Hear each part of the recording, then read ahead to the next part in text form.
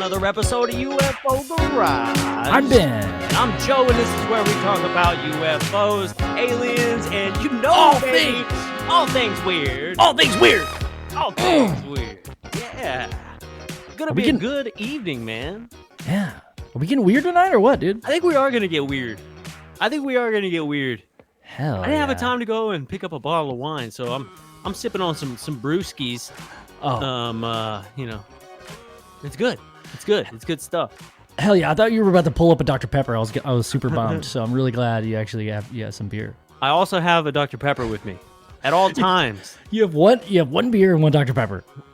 I have two Dr. Peppers, just in case, dude. You know what I'm saying?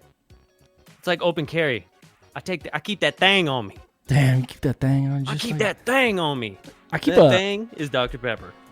I keep a small packet of mustard and mayonnaise in my wallet. You never know when you're gonna need some mustard. Never know when you're gonna need a sandwich. I never eat mayonnaise if I can help it. Dude, eggy. Like sometimes Smooth. I'll go to Wendy's and I'll forget to tell them none of that weird mayonnaise shit, and they'll put it on there, and I'll just throw it away. Oh damn! Take that, Africa. What if it was Whataburger though? I bet you wouldn't throw it away. I bet you scrape that shit off. I don't know. It's weird. It's got a weird taste. I don't believe in it. I think it cools off my tongue. You know, it's cool. It's cool. I like it, dude. You ever get like a really spicy sauce on a hamburger, and then you also put mayonnaise on it, and it kind of cools off the spiciness? Never. Also, I was thinking about this the other day. What's the difference between a Southwest hamburger and just a regular hamburger? One's made like in New Mexico. I don't think Chili's has the budget for that.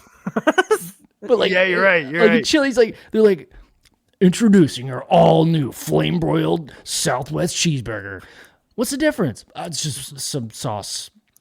Well, we have this grill right here where we make regular hamburgers, and we have another grill that's over there, and there's sand all over the floor. All the cooks have to wear open-toed sandals. Open-toed sandals. It Straw looks hats. like a desert in that area. We put a cactus up, so you know it's authentically Southwest. Right? It's very dangerous to be a cook at a Chili's during Southwest cheeseburger month. Dude, yes. That's why they only do it for a month, because they can't afford the insurance for a full year of Southwest cheeseburger making. It would only make sense. Hey, so dude, tonight's going to be a good night. I'm pretty excited about it. I'm just over here hitting random buttons on accident. Do it. Yeah, dude. Hey, it's going to be fun. We're just going to be kind of kicking it and just shooting the shit, doing a little banter, like we usually do. Yeah. Except we have a guest with us, man. Yeah. It's gonna be good times. We have a real comedian with us on the show. So if the jokes suck, it's not just our fault this time, right? You guys are used to shitty jokes all the time, but hell yeah, we gotta set the bar really low, But not only that though, but he's smart too, right? And he's smart. He knows some shit. Yeah, it's like the perfect combo. Yeah, man. Heck yeah, man. Studying to be a theoretical physicist, moved into a career of comedy. Doing great. I mean, he said he was just in Austin a few weeks ago, and said the shows went friggin' well. Man, I looked at his YouTube channel. The YouTube channel, I put the link in the description after the show, or if you want to press pause during the show or whatever. You also check it. It's good shit. It's great shit. I love it, dude. Anyway, but without talking about him too much, walk about Joe Nami. Hey, what's up, everybody? How you doing, man? What's up, dude? Yes. I'm here. You did it, dude. You're in the green room. I'm in the green room. Hell yeah, dude. Is that is it a paint? Is it paint or is it a? No, this is a fabric. This is a completely circular fabric. Paint. No, I haven't painted in a long time. I haven't painted a wall in a while. But this is for using, I made a couple of sketches, put myself on Mars. Did a sketch called Brokeback Mars. What's Brokeback Mars, dude? Brokeback Mars is where two astronauts fell in love on Mars. It's a ripoff of Brokeback Mountain. So like when they go to like make out, there's helmet in between. Yeah, if they want oxygen, they're gonna have to sacrifice their lives. Oh my god! I mean, I could see how that could be very, very romantic. Actually, I could see it. It was a great sketch. Yeah, it was. Yeah. We're trying to advocate gay rights on other planets, so just getting there slowly. Hell yeah, dude! That's what's up. Earth shouldn't be the only place that's gay, you know? Yeah. Yeah. We need to spread it all over the universe, man. I love it. Alabama Tide. You saying my name or you saying somebody else's name? So many Joes with a question mark. I was just realizing like this on UFO Twitter or Twitter just in general on the UFO ufology. There's so many Joes, dude. There's I mean, there's that full Joe. There's UFO Joe. There's what was it like? Is it Jesus Joe something or Jesus UFO Jesus? I think his name is Joe. I think his name is Joe. Yeah, there's so many Joes, dude. Very common name. It doesn't get us that far. It's unassuming. Doesn't get you that far. It's funny because it sounds like one of those things where like your mother just pushed you out and didn't have a name yet, and they were like, "What do you want to call it?" And she's like, "Fuck, I don't know, man. Joe. Let's just call it Joe. It's easy. Rolls off the tongue. 3 letters. He might be dumb, so we're gonna keep it short, easy for him. I don't want the kid to fail immediately, you know. Let him get later on down in life and see how things happen. If he crashes and burns, at least he's out of my house by that time. So hey, it's on him." I'm gonna change my name after my parents die. What are you gonna change it to? Yeah. Probably something of another cultural heritage. What if it was Johnny Sue? Yeah. Well, that's another thing. People wanted me to change people were always asking me growing up, like, are you gonna name your kid Sue Nami? Although in 5th grade they called me Nami Salami. Damn, so you had a lot of fun. Hell yeah. Yeah, kids had a lot of fun with the name. So Johnny Cash's dad named him Sue. Yeah, that's right. Did he? I thought that was just a song. It's just a song. I had a lot of the name calling in middle school because my name's Ben, and then everybody would be like, "Oh, Ben Dover, dude. Is your middle name Dover, dude?" Dude, I would have called you Beanie Weenie. Oh, yeah. That's it. I like that. High school. Hell yeah. I love that. It would always be like, "Hey, Mighty Joe Young." And I'd be like, "That's so uncreative. Well, fuck yourself." Right? And then they'd come back a couple weeks later like, "I didn't think of anything." I'm like, "I know, it's really hard. It's really hard. You just don't." Just don't. Yeah. Just don't do it. I mean, my last name is Strelsky. It's just like, what are you going to, like, what can you do with that, I should have just been a hockey player. They'll find anything. These kids. I was just talking with someone the other day. Childhood. It's savage. Am I allowed to swear? It's savage. Because you've got all these people that are immature and insecure. So they go after each other. And kids. Even now, I live in New York City. I get roasted the hardest by, kids that live in Harlem or deep in Brooklyn. They just. So you just like walking down the street and they just roast you? Yeah. Oh yeah. It never ends. Like, what do you do at that point? You're like, you just have to keep walking, right? Like, yeah. Even on YouTube, I get advice on how to be a stand-up comedian from 13-year-olds. I'm not even kidding. To the point where I started posting, I noticed that my views would go up sometimes if it was a worse clip. So I just started posting worse and worse stand-up because it riled all these YouTube trolls up. Yeah. Oh God. Dude, yeah, I have 100,000 views now on YouTube because of these trolls. That's awesome. Hey, great. Views are views, man. Yes, man. You just gotta not look at the negative comments. That's the one thing. Yeah. Does that bother you? My life is short, so I enjoy arguing with them. Yes, dude. Yes. So when you're Yeah. not researching UFOs and abduction cases, getting back at them trolls on YouTube. Yeah, I mean, it doesn't bother me. I'm 33. I'm so beyond being picked apart by a 13-year-old, you know. What time I was standing outside on 6th Street in Austin, I was there on a date with my wife and like 2 other friends. It was it was a very early, it was like 8:30, dude. And there was this, I was standing outside vaping. I don't smoke cigarettes. I'm standing out there and the bouncer goes in. He's this big dude. And I met him a couple times. We've been at that bar and this group of teenagers walk by and they're like, "Hey, let me get a cigarette."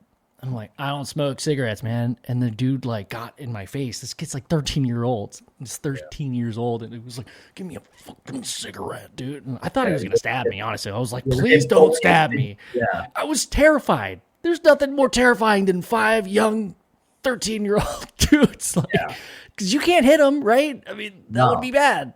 Yeah. I had a group of 13-year-olds come and push me up against the wall and demand fentanyl. Jesus, dude. Oh my God. How much fentanyl do you have, sir? Dude, I think to that me. they should legally, you're legally an adult at 18. You can legally do some shit at 17, right? Like, but like they should like put a little clause in there that from the age of 13 to 15, you're also legally an adult, because a lot of 13-year-olds need the shit slapped out of them, Yeah. I agree. What was that medieval device where they would stretch them out? Yeah, dude. Dude, like a Matilda, throw him in the chokey. Yeah. Oh my God. Great movie. Great movie. Hell yeah. Dude, so Joe, tell us about yourself, man. I mean, when we were talking over email, I saw the word theoretical physicist and I was like, boom, you got me. Let's do this, because that piqued my interest. And then comedy, I mean, it just like melds 2 of my favorite worlds together, man. And I just love that. So tell us about your journey, man. Like, how did you start out with physics and how did you get into ufology? Okay, yeah. So what happened was I was raised in a house that was my father's from the Middle East, and he was really religious, and he kind of forced that a lot on me. And I felt really confused by a lot of inconsistencies in, the Bible and just different like traditional religions. And so I took a semester off of, I was in college. I took a semester off and I got to figure this out, like, because my whole worldview was just kind of disoriented. And so I kind of got obsessed with like Stephen Hawking and theoretical physics, quantum mechanics, the world in between those two, just to kind of see if there was, I don't know. I was looking for, also trying to like trace back the mythology of humankind, and I just needed to ground myself, because I kind of felt disoriented when I started questioning traditional religion. But then how I got into ufology was, to be honest, I kind of laughed at it for years. I didn't take it seriously. In fact, I drove through Roswell once with a friend and just kind of laughed at the sign. Oh, Roswell, I wasn't a UFO guy. Yeah. But I kind of got into, okay, so one thing about comedy is a lot about absurdity, and the inverse of absurdity is logic. So over the last few years, I started like trying to study more deductive and inductive logic to try to become a better comedian. And as I started getting into this, there's all kinds of confirmation bias, narrative fallacies. My favorite book, one of my favorite books is Daniel Kahneman's Thinking Fast and Slow. Nassim Taleb's The Black Swan, which deals with the problem of induction. And you get into all the logic is one of the four main branches of philosophy. And so I was kind of getting into this. And then I think somewhere in the back of my mind, some of this stuff with the Pentagon and the New York Times, like it was floating around back there, and I didn't have any preconceived notion. I was kind of like, what is it called? Tabula. I kind of like reset my worldview back to neutral, and I was like, this Showtime documentary came out. And I was like, you know what? Let me just check this out. Let me watch this with an open mind.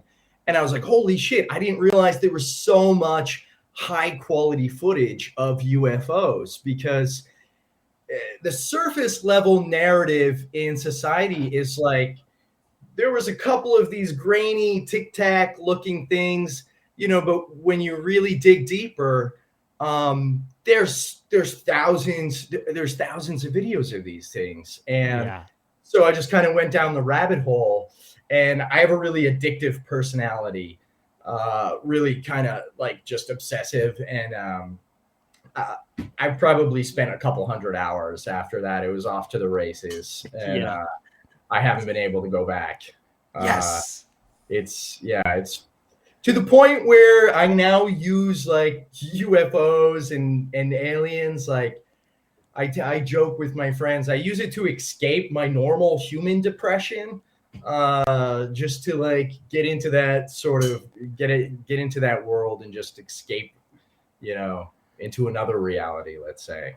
Ooh. Yeah, definitely, man. It definitely is. Yeah, I mean, that was one of the funnest things, like, you know, for Ben and I, is like, you could chat about it, you could speculate, you could do all these things, and it really gets the mind turning on, like, what is possibility? You know, what are the actual possibilities of reality that we just don't understand yet? And then you start digging deeper, right? And then, like, in your case, you know, it was like, I saw the Showtime documentary. I didn't realize, holy shit, like, look at all these actually like good video and photos. Also, look at all these documents, and it's getting posted in the New York Times, you know. And then, like, one of the biggest things for Ben and I was, you know, one of the guys that was on the Navy ship, you know, on the Princeton at the time of the Tic Tac thing, he was actually relaying information in real time. Like, his name is Gary Voorhees. He's been on the show. He was on last week. You know, dude's so badass. And it's these stories, once you start meeting these people in person, these stories and like the events that they go through, you know, you go from like, okay, this is a reality, this could possibly be real. And then you talk to somebody who directly, you know, was involved with it, and you're like, okay, this really solidifies things. And then you go down the rabbit hole a little further, and you're like, wait a second, you were driving in your car and something flew over, you know, like you get into like the Cash Landrum case and stuff like that. You know, you've read about those cases. I mean, there's so much physical evidence and things that are happening, and then lawsuits taking place against the military and this and that. I mean, there's so much. There's a lot. And it seems like it would be a lot more effort to just deny it or like try and cover it than it would be to actually just look into it, you know?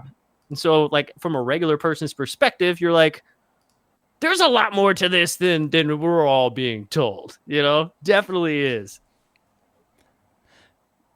Totally. I mean, there's I think that disclosure is inevitable. I don't think humans are very good at keeping secrets indefinitely, you know, and information has kind of been trickling out slowly, you know, but the government's afraid of looking like they're not going to be in control. You know? Yeah, I would definitely say that the biggest thing about a lot of the disclosure stuff that's coming out is the fact that they're saying something is big enough. What they're saying, I feel like they're full of shit, you know? Like, they may have some stuff, and they're probably like dangling the carrot in front of the mule type thing.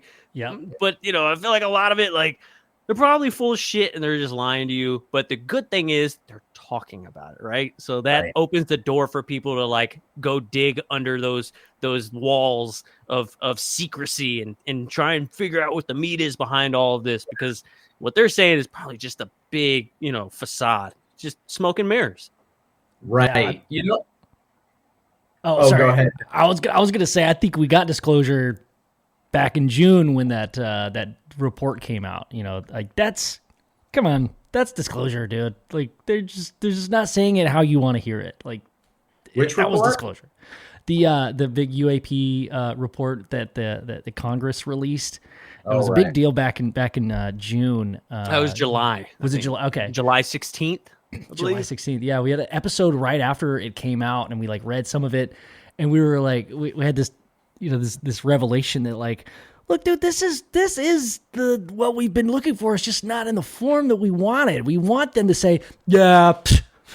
You guys were right. Like, there's aliens, but okay, just because they didn't say it how you wanted to hear it, they did say it. They did say that there's some shit that we don't know about. And that's all that we're at this time that we're able to say, We were like, hey, government, is there UFOs? And they were like, there are things in our airspace that are what we like to call low observability. Yeah. They were like, so fucking UFOs? Is that what you mean? Well, what we're saying is, you're like, okay. You ever talk to somebody that you know what the truth is, but you just want to ask them so they'll say it, and then you're like, hey, so is your house yellow? And they go,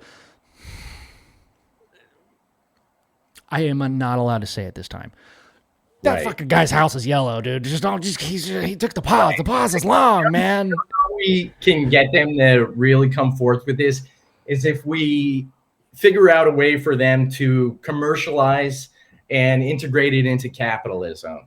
You know what I mean? Like, and not just to the private sector, but like to, if they can extract our dollars, the way that they like to control us everyday citizens and, get our money. Like if enough money gets behind this, if enough of these companies see dollar signs with with like full commercialization, they will open the floodgates. The government will open their legs so fast. Well, I think we kind of already saw that with TTSA, maybe.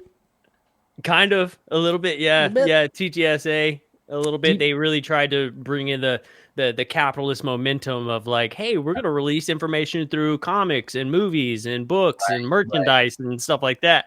I guess it kind of fell apart. I don't know. Yeah. I don't hear too much about them. I hear more and more about TTFA than we do about TTSA. A lot more about TTFA. Sure. Yeah. And the thing is with that too is that like, our government has been talking about, I've said this a lot recently, but like our government, back in the day in the Project Horizons, dude, they wanted to launch 62 rockets by 1960. So they've already been talking about this shit in the 50s. I mean, like, who's to say that like they haven't used some of the technology for capitalism? You look at the cell phone. I mean, you hear all the stories about fiber optics and Velcro and Kevlar, and you know what I'm saying? That military grade aluminum Ford truck they got up there. So I heard that they drive straight through tornado, man. No, it's a Chevy. Oh shit. I don't know. It's interesting to me. I like from a capitalist perspective, I think that there's more validity to UFOs than there is to cryptocurrency. Ooh, love that. In the sense that crypto's perceived value, but at least UFOs, they're, so I mean, if they could get people to invest money into theoretical UFO companies or, extraterrestrial biological currencies, Bro, I love that. I think you got something there, bro. I love that. Who needs Dogecoin with Shiba Inus when you've got biological entities, I mean, you take the psychological construct of money itself and currency. Like, when has it actually had a physical value, Joe? Like, I mean, like, it's all with the gold standard, like it's. Right, gold standard. You know, you can go on the internet right now and you can buy a certificate that says you own a star. You know that? Yeah, yeah. Dude, Why can't 1,000. Why can't I short the star market? Yeah. You know? You want to be long on stars? I'll be short on stars. Let's go. Well, Yeah, I went to get my granddaughter a star certificate, and I had to pay my entire life savings. Wouldn't that be some shit? Like some mega corporation takes that over, and they're like, "All right, we need to conserve stars. Okay, like Yeah. it's a commodity, and we control the the flow of star chart." It's like, dude, like they're like, we just need to make sure that there's enough stars to go around for every human being on the planet. Yeah. And you're like, oh. Well, you're full of shit, aren't you? Instead The Ivy League podcast said I bought a girl a star in high school. LOL, it didn't work. That's what awesome. didn't work? You didn't get with her, or the star didn't? Because the star is definitely fusing hydrogen. Yeah, we need details, dude. Yeah. Oh, dude, wouldn't that suck if like you bought a star that died a long ass time ago, and then you give the certificate to the girl, and the next day you go out there, the light actually just dimmed out because it had like reached its like billion year. Yeah. Like, God damn it! There's some dwarf star It's supply and demand right there, dude. Hey, that's capitalism, baby. on him. Shit. Yes, dude. Um, Bim Jim wants to know which is the stronger theory, quantum or general relativity?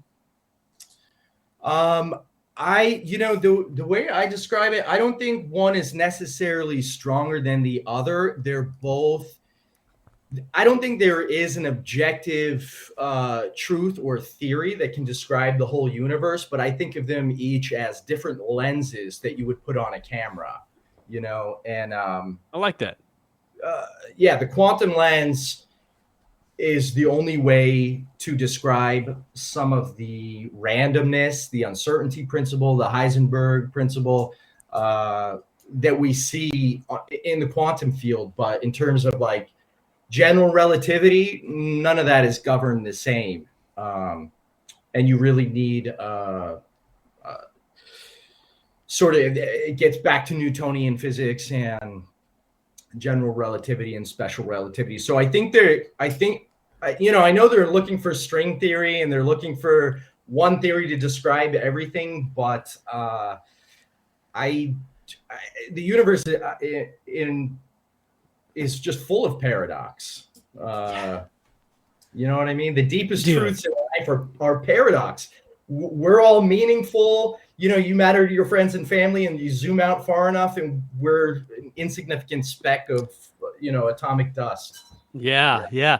It's crazy to think, like all these different theories come out, general relativity, and then years later we start getting into this quantum realm, and like it's a new style of physics, and like you were saying, people work on string theory and this and that, and it always makes me think like, okay, now that we like are to this point, like what's the next level of physics that we don't even know yet that's gonna pop out, within the next 100 years? And I think there will be something, but so there's two there's a logician and mathematician, Gödel. I don't know if you've heard of Gödel or Gödel's proof, but I don't think so.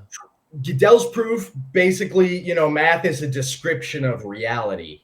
And the Bertrand Russell and his partner wrote Principia Mathematica, and they wanted to formalize a description. Basically, if you take a base foundation, an axiomatic system of just a few base truths, self-evident truths, then you can extrapolate every mathematical theorem out. But what Gödel's proof found was that there were limitations to how far we can describe reality with numbers. And I think this is true of whether it's language or whether it's math or whether it's a new form of quantum physics or a string. They're all just, human symbols to getting more and more complexity in our description of reality, but I think there will always be a slight dissonance. I think there's a lot of points to be kind of connected there, dots to be connected, because you mentioned mathematical equations. I think of geometry when I first took like an advanced geometry class in college. I realized, all of these equations rely on a bunch of other equations that I didn't learn or didn't remember. So same goes with language. Like, you can have that base understanding of Spanish or Chinese or English or whatever, but there's different dialects and there's different slangs and there's different terms and there's different like generational terms where like words mean something 10 years ago that mean something completely different now. So I think your point of, is there one theory to explain it all? And you say no, I'm totally on board with that. I think it builds and it evolves as time in this dimension that we're experiencing. It just changes. It's like so hard to grasp in our limited lifespan, you know? I know. The universe is overwhelming. Yeah.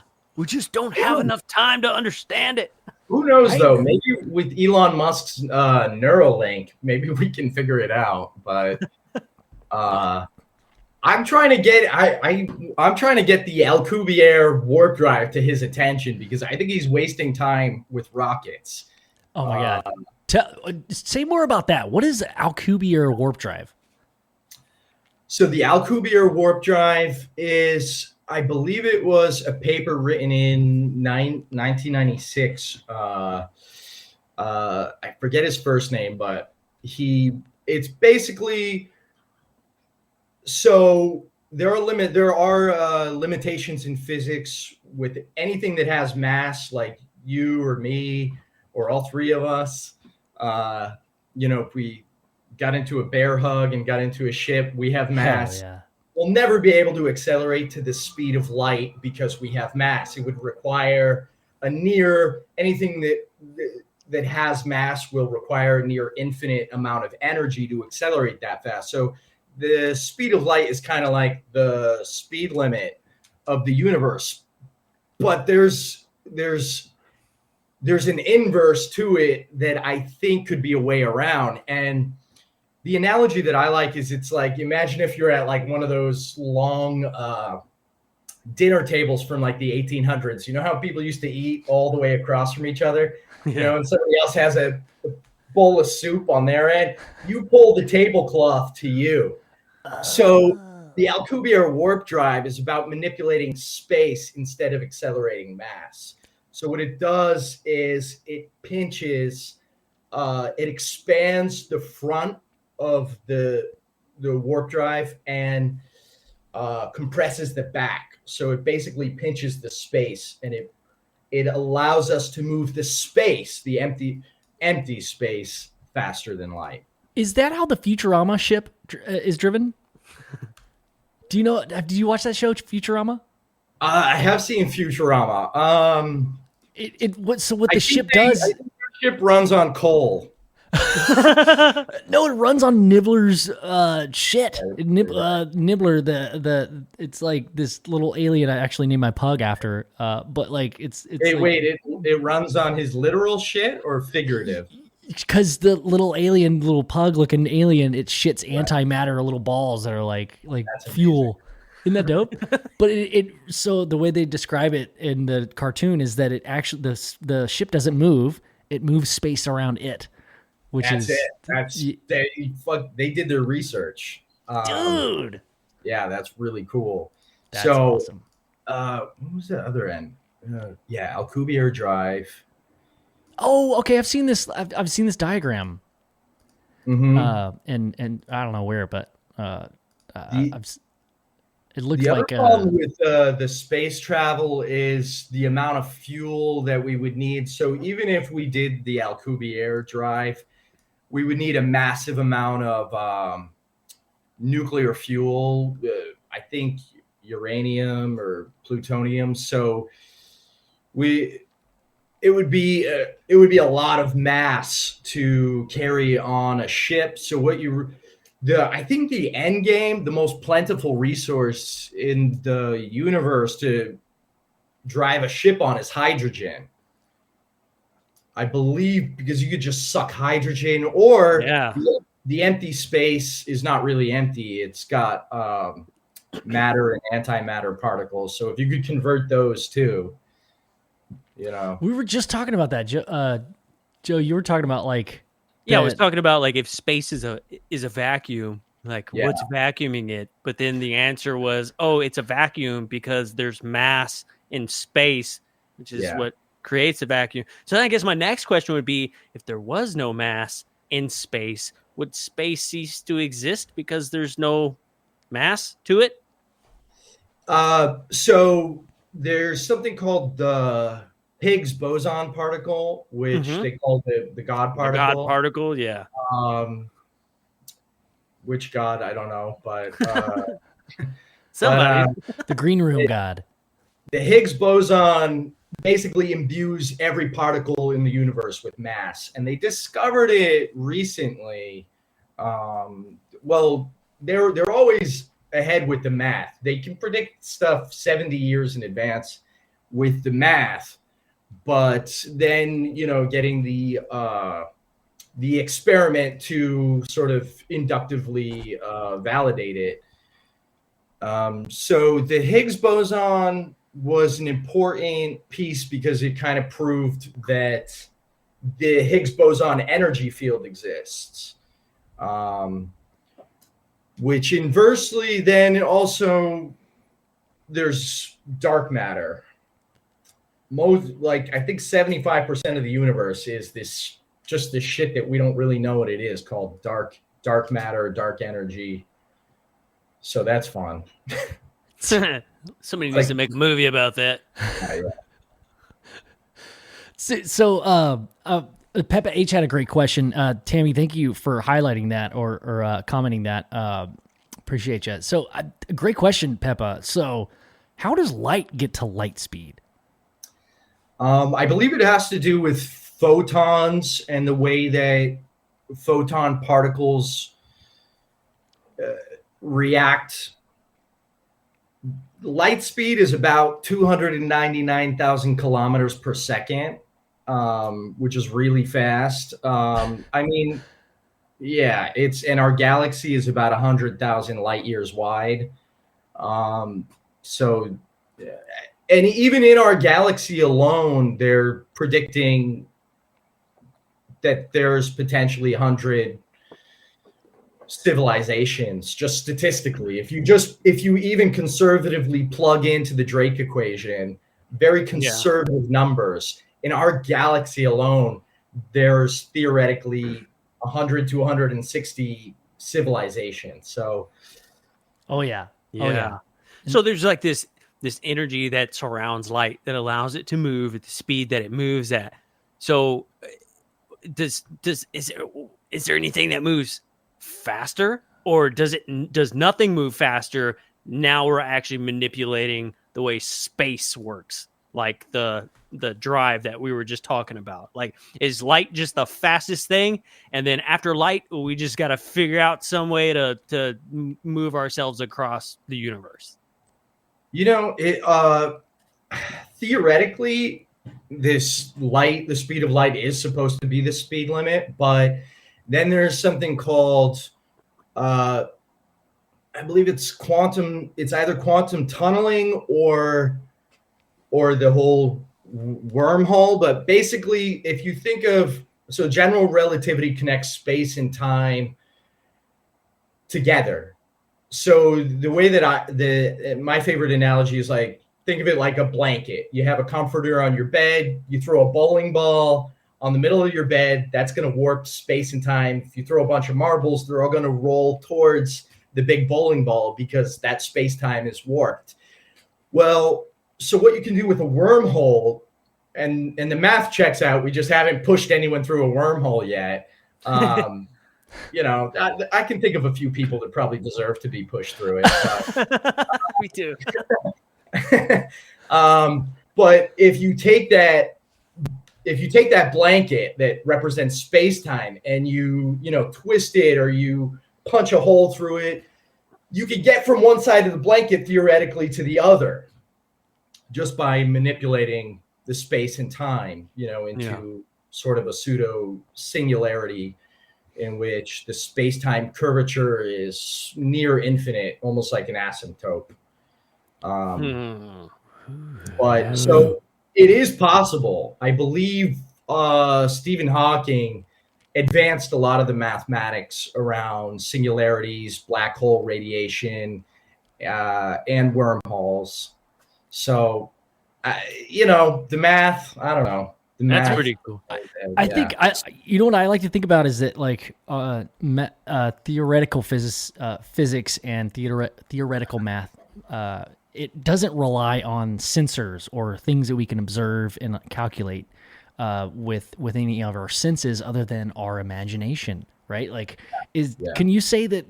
Like, I've always thought like, is math just in our heads and then like turns out to be just true? Like we can, it's like you said earlier, it's us describing the universe, right? But just because we can't perceive something that can travel faster than light doesn't mean it doesn't exist. So therefore, for us to like understand it and observe it, we can't sense it with anything. So we have to think about it and like try to like.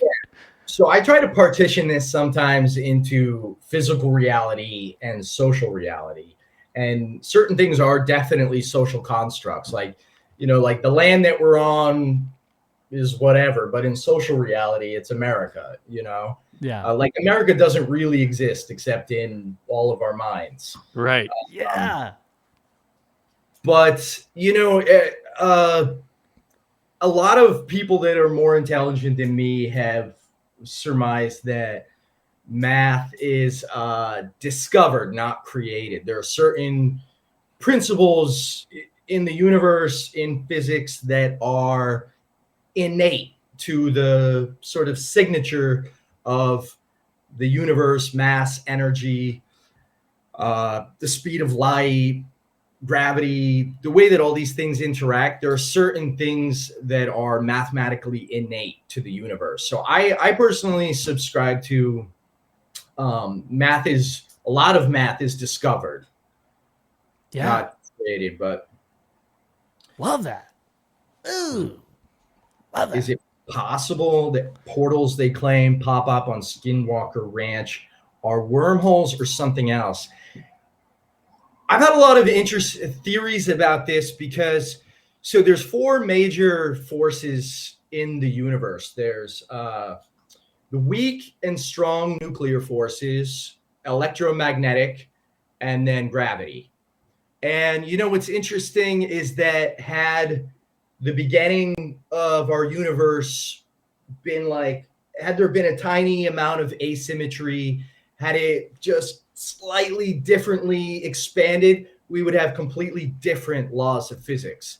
And there are potentially other universes where gravity is minuscule and electromagnetism rules everything, But I think, one thing that's interesting about Skinwalker Ranch, as well as where the Nimitz encounter happened, is those seem to be places with highly anomalous electromagnetic kind of like sectors, you know what I mean? Like they're like ley lines. Intersections of like Earth's magnetic forces with like electromagnetic. Yeah, dude. I love that stuff. So, and quantum mechanics, also known as quantum physics, Einstein did a lot of math on that actually in the early days.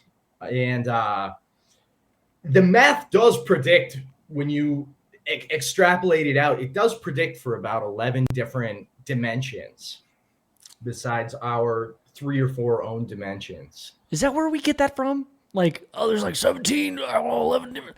I always wondered where that came from. Like, I mean, it comes from quantum physics. I mean, I haven't seen the dimension yet, but not everything that can be seen exists. But that does seem to be a big theory in the UFO community, though, is that like these people or these entities are just popping over from different, like almost like a different radio frequency. Yeah. Yes. Something very strange is going on for sure. Yeah, absolutely. Because Ben and I always talked about like, okay, so if these dudes are like fourth, fifth dimensional beings, right? I mean, that's kind of what it is. And then higher, you get into like these light beings or these, these God source beings. But like, we're still dealing with like these fourth and fifth dimensional beings. If they come down here into our third dimension, like, what happens if you fuck up and you go to like the second dimension, or like Roblox characters? What's the first dimension? Like that's always wild to me. But then, have you seen that movie, Soul? Yeah. So the little helpers of the creator guy, the little lines, they're just a singular line. The idea that a being could just be this one little line and blend in with everybody else's reality because it's just a line that can shape itself into whatever it wants to as like a two-dimensional or a one-dimensional thing is pretty interesting. That it could be way more advanced than we are, even though we think we're smart, Right. It's crazy. Sorry, go ahead. If they have the technology to, go to warp speed, move through dimensions, who's to say they can't, replicate our appearance? I don't know. Yeah. Dude, so I was thinking when we were talking about the whole like gravity and light and the way it moves and stuff, like orbits at some point, planets move a little faster because they get close to, mass and then that's what makes the orbit. So it goes slower a little bit as it goes further out and it starts to speed up as it gets closer. The speed of light, is it a constant, or does gravity affect it in the same way it would affect other mass, like with gravitational pull? So when light gets really close to something with a lot of mass and a lot of gravity, would it affect it to theoretically, I guess, speed light up? I believe the speed of light is constant, but it can bend around large masses. So you do notice the speed of light bending. And I think during a solar eclipse, that's actually when they were able to prove special relativity. Was during a solar eclipse. They were able to, basically Einstein's predictions about where the light would be and how it would bend all kind of worked out. I mean, I started studying theoretical physics like 10 years ago. And then I was basically, I haven't still like kept up with all of it. I've been doing comedy the last, I don't know, 5-6 years. And, but I fell out of theoretical physics because I was like, it was hard. It was hard. It was hard. You're gonna be smart. And then sometimes theoretical physics go their whole career without making a discovery. And I'm like, I don't want to spend the next 50 years of my life trying to find something. I don't know. I kind of got like, I responded with an ounce of nihilism. And then I was like, you know what? I'll just go screw around. I'll just go do comedy. That's my response to. I mean, you're doing like anybody that quits their job to like or their future to do comedy. I feel like you're doing really well because you're actually really good. So, like, comedy is one of the hardest things to do. You know what I'm saying? And so, like, I guess if you dipped your toe in theoretical physics first, you're like, it's not that bad, right? So what? They didn't laugh. No biggie. At least I didn't go my whole life without figuring some shit out. I mean, you don't need a degree to theoretically think of shit all the time. You know what I'm saying? Also, I think theoretical physics is easier because Einstein didn't have to check his equations with an audience. Yes, dude. Oh my God. You know what I mean? That's so true. I go up, I'm like, this joke works. I checked it out with a couple comedians. I know this is funny. I go up in the audience, is like, no, we don't. Dude, the ball. Imagine if Einstein had to throw out E=mc² because the audience didn't like it. Yes. Yeah. And it could have been so related to like the night or like what's going on, or like maybe there was like an asshole bouncer. There's so many factors that would go into that. I love that. Like, anyway, so I had this thought, dude, like while you're talking about like this transition from making the choice to move from the theoretical physics into comedy, I feel like there's a lot of parallels there, because I feel like at the heart of your core, I'm just like this is what I do. I just like analyze shit. But like you're good at, like, you want to ask questions and you want to get to the root of stuff and understand things to like their fullest. And to be a theoretical physicist, that's your job. And just to try to, like you said, just describe the universe. And also as a comedian, you're describing the human condition, because once you do that, you look back and you're like, oh shit, this is hilarious what we're doing right now. Like, everything's fucking ridiculous. Yeah. You know,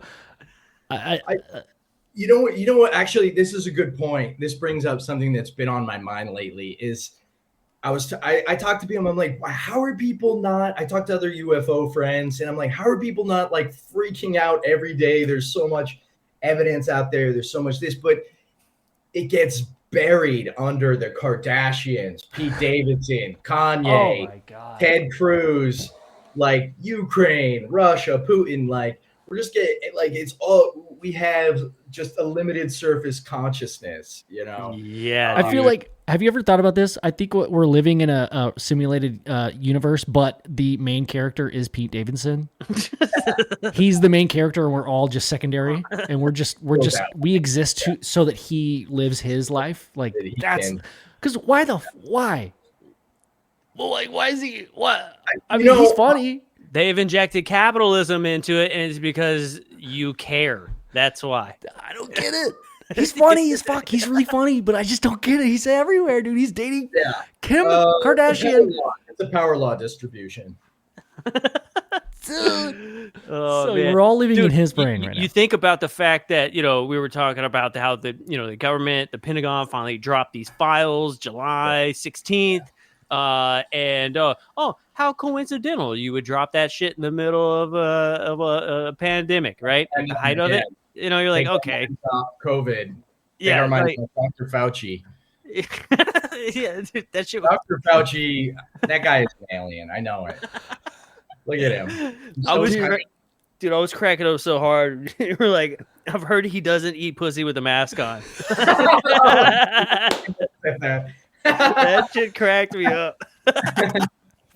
Bro, I don't want to play the video because I know it's probably awkward to watch yourself do that, but like, bro, that bit is so good about Dr. We watched it right before you hopped in, dude. It's so good. And a lot of it's true, right? Like, was he literally in Wuhan? Like, was he like Dr. Fauci, I don't know if he was in Wuhan. I just said it.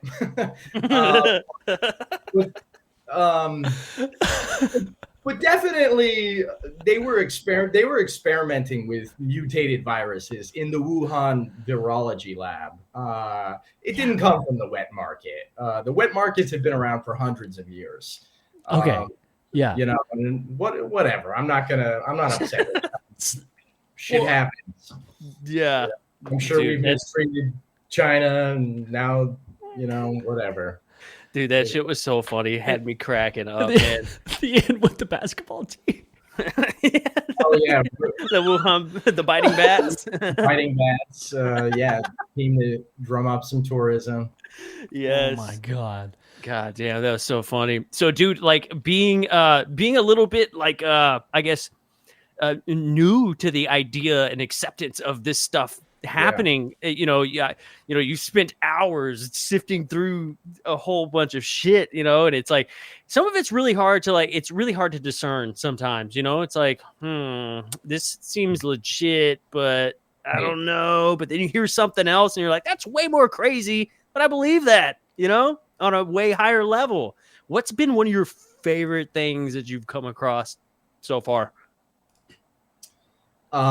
Favorite things What do you? Can you be more specific? UFO related, like just looking into the UFO world, cases, events, anything like that. Like, what's kind of been one of your favorites? Well, one thing that I try to do is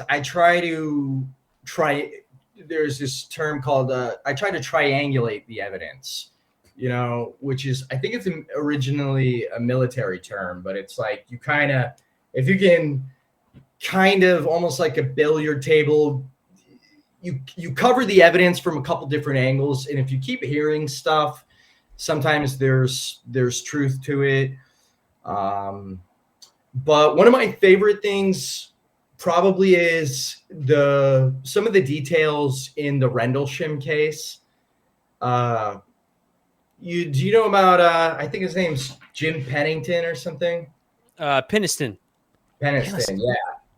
So he went out, for your viewers, he went out with, I think, Colonel Halt, and they went out to investigate this in Rendlesham, U.S. military base. I think it has nuclear weapons, but he put his hand on it was like a surveyor UFO, and then he got a flash of binary code.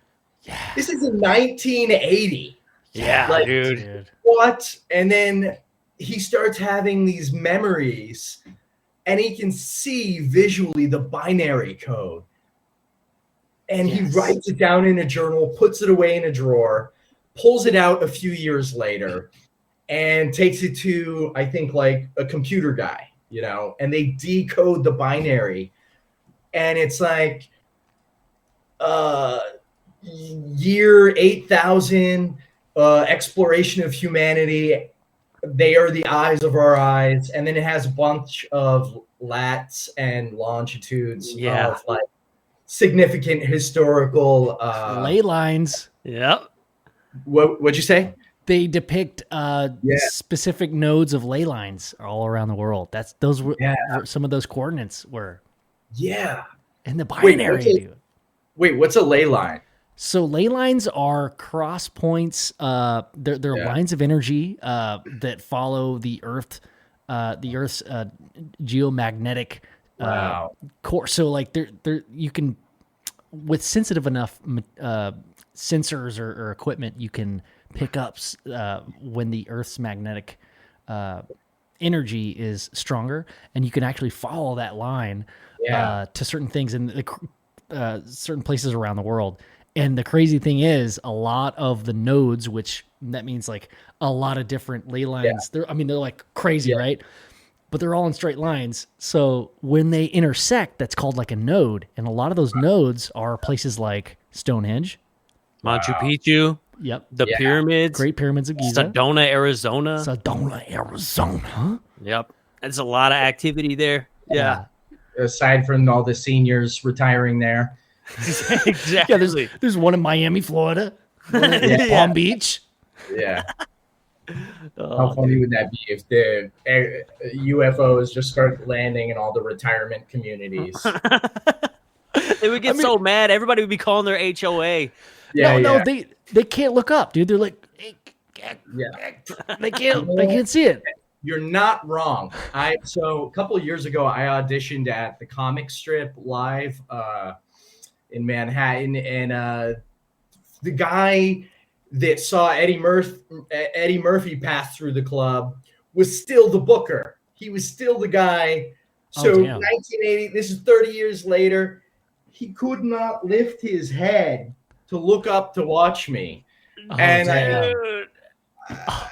So he's an OG. He's been there for a while. Yeah, exactly. So he survives on Cubanos and live comedy. Yeah. Comedy club door guys, man. They got a hell of a retirement plan, you know? I know. Yeah, dude.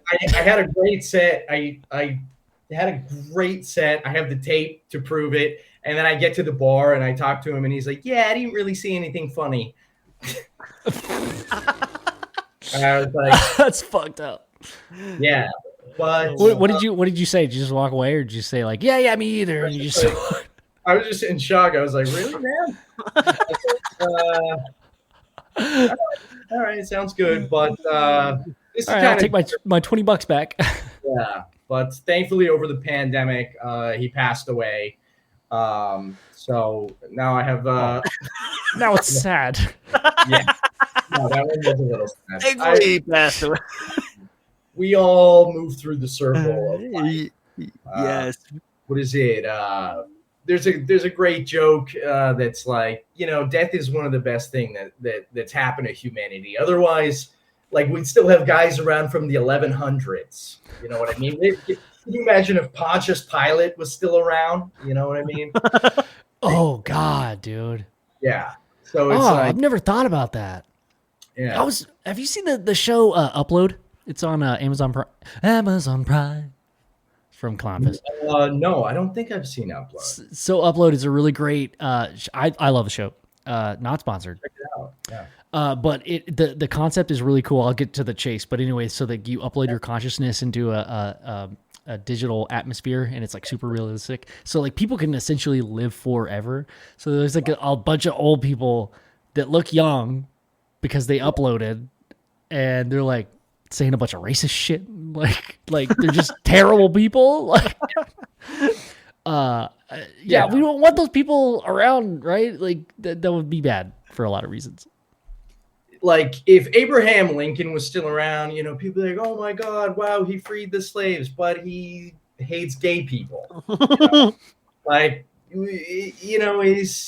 how progressive are they going to be? Yeah. No, it's not a good idea. I don't think. Yeah, it's not good. Abraham Lincoln wouldn't free non-binary people. All right. He's not. I tell you what, we're gonna trade blacks for gays. Let's do that. We're gonna have a trade off. I don't think that has the same ring to it as the speech. 7 days, years, months, nights, days. Fuck it. I don't know. Nobody talks like that anymore. Yonders ago. Oh shit! Hey, Dan's in the chat. What's up, Dan? How you doing, man? Oh no way! Yeah. Oh my God, we have to. He said, but Tupac would still be around, so net positive. Net positive. Yes. That's true. If only we could pick and choose. Dude, yes. But yeah, man, that the Rendlesham case is pretty interesting, dude. Yeah, it's a very interesting. It's really crazy too to see to watch it divide a crowd, when somebody brings it up, like at a conference or something, half the people will be like, that's bullshit, right? Because then the other dudes that were with him, they were like, nah, that didn't happen. And then the two guys that are like in the book and like writing the stuff, they're like, yeah, I touched this thing. And then the rest of the people that were there, and it's one of those things where like, okay, are the other people that were around and witnessed it, were they threatened with their lives to yeah, you better say that never happened or else we're coming after you, because it was too late for the original guys. And then how are you going to stop a guy who got downloaded with binary code in his mind within a matter of seconds to be quiet? Now we work at the Geek Squad in Best Buy. Yeah, man. Yeah. Can you take a look at this piece of paper here, man? And they couldn't I don't get paid enough for this. The kicker for me on that story was they couldn't get the their VA stuff paid for. Yeah, Kane's aide had to get them that. John McCain, yeah, dude. Oh shit! What? Yeah, so he suffered a lot of illnesses afterwards, and he would go through the VA and stuff, and they would never cover it. And so, he was like, but I was in the military. This happened while I was in the military. I should be receiving, my VA benefits and this and that. And they would always deny him. So he wrote a couple letters, and John McCain actually said, I'm not direct quoting him, but he basically said, I know exactly what you're going through. Let me give you a hand. So the aide actually sent out the paperwork, and then John McCain sent in his own letter saying, hey, you need to give him the aid, not going any further with anybody else, but basically told the guy that it happened to, I know exactly what you're going through. Yeah. What does that mean? Nobody knows, right? That's awesome. You think John McCain's terminal disease was UFO caused? Dude, it could have been. Bro. It could have been. I mean, there's a lot of weird It was shit. very, very sudden, it seemed. Dude, what's crazy is that, like, yeah, never mind. Anyway, that was going to be a long story. A lot of people actually that come into contact or within the vicinity of UFOs do experience radiation, which, if these UFOs, which makes me think that the UFOs are powered by some type of nuclear fission, where they're restructuring the nucleus of atoms. The other thing I'm thinking that you made me think of, Ben, is these electromagnetic cores seem to be a hotspot. Since electromagnetism and the nuclear forces are three of the major four forces in physics, makes me think that they figured out a way to tap in and maybe even recharge the UFOs through electromagnetism. Dude. Yeah. So there's a couple of people that there's one person that we have yet to have on the podcast. We need to have her on the podcast. So the idea is that is true. That is completely true. Like some of the craft, at least some of them, not all of them, because some of them probably ours. Some are probably other species that don't even need that shit. They're way above that, But there are specific craft that use these ley lines as kind of like a rail station or a trolley station. So you need like an Amtrak. And thank you. Yes, but Amtrak. A little more, timely. Yeah. So like if you saw a roller coaster and the 1700s, you'd be like, my God, it's a dragon, But they need a track to go on. But like that's kind of there's something to that for sure. I don't have a problem with them traveling through our, tracks and electromagnetic things, but if they're going to be in our airspace, they need to be paying taxes. That's right. Hell yeah, they should be. Even though I think taxation is theft, they need to pay it if I got to pay it, right? Yeah. Come on, just a little palladium, terranium. Come on, we want your alien metals. Right, dude. Yeah, like even the hydrogen thing, right? There's like multiple accounts of craft coming down to water and dropping a tube and seemingly sucking water up. Yeah. Yeah, that's pretty nuts. I mean, I was going to say, Joe, real quick with the tubes, when we had Michael Schratt on last year, we looked at a lot of these cases. Michael Schratt, Nami, if you didn't, so he's an author of a book that he took a lot of the most famous cases and some of the most interesting ones to him personally, and had a lot of those cases illustrated. And I believe Alien Girl 111 just had him on, and that was an awesome show. But so there. These illustrations often show these craft with little tubules, or like sometimes they're like straight pipes, and sometimes they're like little dangly doodlies. Yeah. Joe, I mean, I just made that connection. Maybe that's what it is. Is like, oh, they're just could be, or like how like a bumper car has that stick that touches the electric on the top. Oh my God. Could be the same thing. Maybe they have this stick and they're on these ley lines and they're using that for, to generate the energy that they need. It's like a bumper car would, It's interesting too that we're on this topic because the majority of the Earth's core has not been explored at all by us. Even I think the depths of the oceans, we've explored more of the immediate outer space and the moon than we have our own oceans because I don't know why. I mean, you would think, especially these USOs that are coming out of the oceans constantly. Yeah. Over half. Yeah. Over half of all the cases come from the water. Yeah, USOs, man. USOs. And we talk about the least amount that are coming from the sky, but most of these cases, over half, are coming from the water. Wow. I mean, you look at the people that have figured out that you can run a car off of a hydrogen electrolysis. I mean, the electrolysis of separating a water molecule.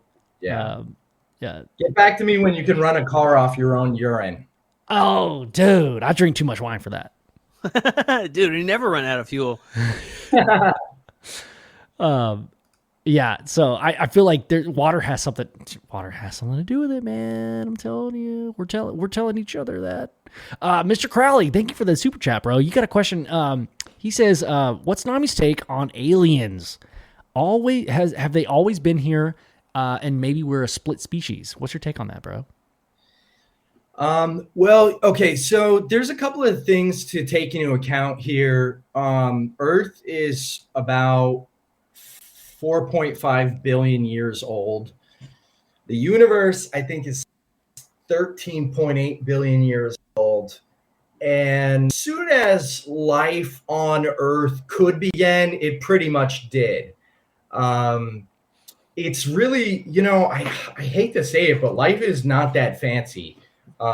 It's kind of like the early universe was basically highly acidic ocean waters mixed with a lot of volcanic activity. So when you get a high level of acidity and alkalinity together, it creates a charge, which then creates molecules. The jump is when you have self-replicating molecules. But the thing is, I'm not arrogant enough to think that we are alone in the universe. And I think that if you look at the timeline between when the universe started and then when we showed up, there's a big gap of time. I think that they've been around a lot. I mean, it's the most plausible scenario. What is it? The most plausible scenario is that they've probably been around a lot longer than we have. And, there's so many different accounts, too, of extraterrestrial species. Some of them, as you know, look like the typical gray. Some of them look more like praying mantis. I mean, it's like, why wouldn't we see the whole spectrum of different traits and evolution? Like octopus or yeah, you know what I mean? Because the way that evolution works is that there's a lot of chance and randomness into the unfolding. It's not complete determinism, which would mean like if you rewind Earth back to zero and hit play and start evolution over again, we might not look the same. It might be, I don't know, it might be insects that grow to be 6 feet. Yeah. And back to your point about physics itself. If our universe was twisted and folded, or even our galaxy, right? Like our physics would be slightly different. Yeah. So light speed would be different based on the mass of our. I don't know if it's down to the universal level or the galaxy level. I don't know where it starts and begins, but I think that's. I think it's in the first few seconds of the universe with the singularity, because when you get down to that small, to a singularity, you're dealing with quantum mechanics, and specifically the uncertainty principle, which the uncertainty principle is basically that if you can track particles' movement or acceleration, you cannot with pure certainty track its both its acceleration and its position at the same time. Yeah. So there is an amount of that chips away at complete determinism. And I was going to say, man, just kind of, I don't know if this is super random, but I feel like there's a connection here. But I recently learned, I've been really into like electricity, and I've been soldering some shit, and been doing some like LED signs lately. And I just wanted to get back to the basics of like, how does electricity work? I just love that shit. Every couple years, I get super into it. My wife hates it. I get like super like dark rabbit hole. But like, I feel like it's like math. It almost every year it changes. Like, I'm interested in this aspect or whatever. So what I recently found out, And I'm sorry, I wish I could like You're fine. give credit to the video that I watched, but this person explained electrons and how they move is because electrons don't like each other. It's not like when you think of a circuit, it's not that electrons flow. It's that it's like a pinball machine. So one ball hits the next, and that one hits the next, and that one hits the next. So it's when we talk about like this the speed of light and the laws and that timing, those couple seconds as you were talking about in the creation of the universe. Those are the times that it decides, okay, how much do these electrons not like each other? That's kind of how. Yes. So like how fast do they want to move away? Like get away, you know? Yeah. We're very lucky because the slightest amount of asymmetry at the beginning of the universe, normally matter and antimatter cancels each other out, but the slightest amount of asymmetry left us with matter. But I don't know, because it's like we're in a solar system, and then we're in a galaxy, then we're in a cluster of galaxies, then a universe. I mean, it wouldn't surprise me if we were in a multiverse. So this idea of asymmetry versus symmetry, which, dude, I've been super into this idea. If I'm talking too much, let me know, dude. But like if everything was symmetrical, nothing would exist. Because there's asymmetry means that there is a flow. There's a flow of energy. There's a negative and a positive. Yeah. It does complete itself, but energy is like the first law of thermodynamics, that neither is energy is neither created nor destroyed. It's just redistributed, right? So like there has to be that asymmetry in the universe. I love that. Absolutely. I love that law, the conservation of matter and energy, because I think what excited me about that was that, maybe the universe just keeps like, expanding and collapsing, and maybe the energy is conserved. But I think I can't remember if it's the second law of thermodynamics, but entropy is another one. Where, disorder, heat dissipates. Comedy is all about entropy. You got like, for example, over the pandemic, a lot of us were doing outdoor shows like in the park, and they're horrendous, and it's like, if you want to get people to laugh, you got to pack them into, a room with a low ceiling. Thermodynamics is very crucial to comedy. That's awesome, dude. It's all bright out here. It's fucking hot. There's all kinds of like birds everywhere just screaming. And you need to warm up the crowd. You need to that's why comedians do crowd work and stuff. It's like there are a lot of parallels between physics and comedy. Dude, I love it. I love it so much. I'm looking up the laws of thermodynamics because I'm like, first, second, third, I don't know. Well, this is perfect time for that, dude. Hell yeah. The first one is, we were right. Yeah. So the second law of thermodynamics is spontaneous process. The entropy. Boom. You win, dude.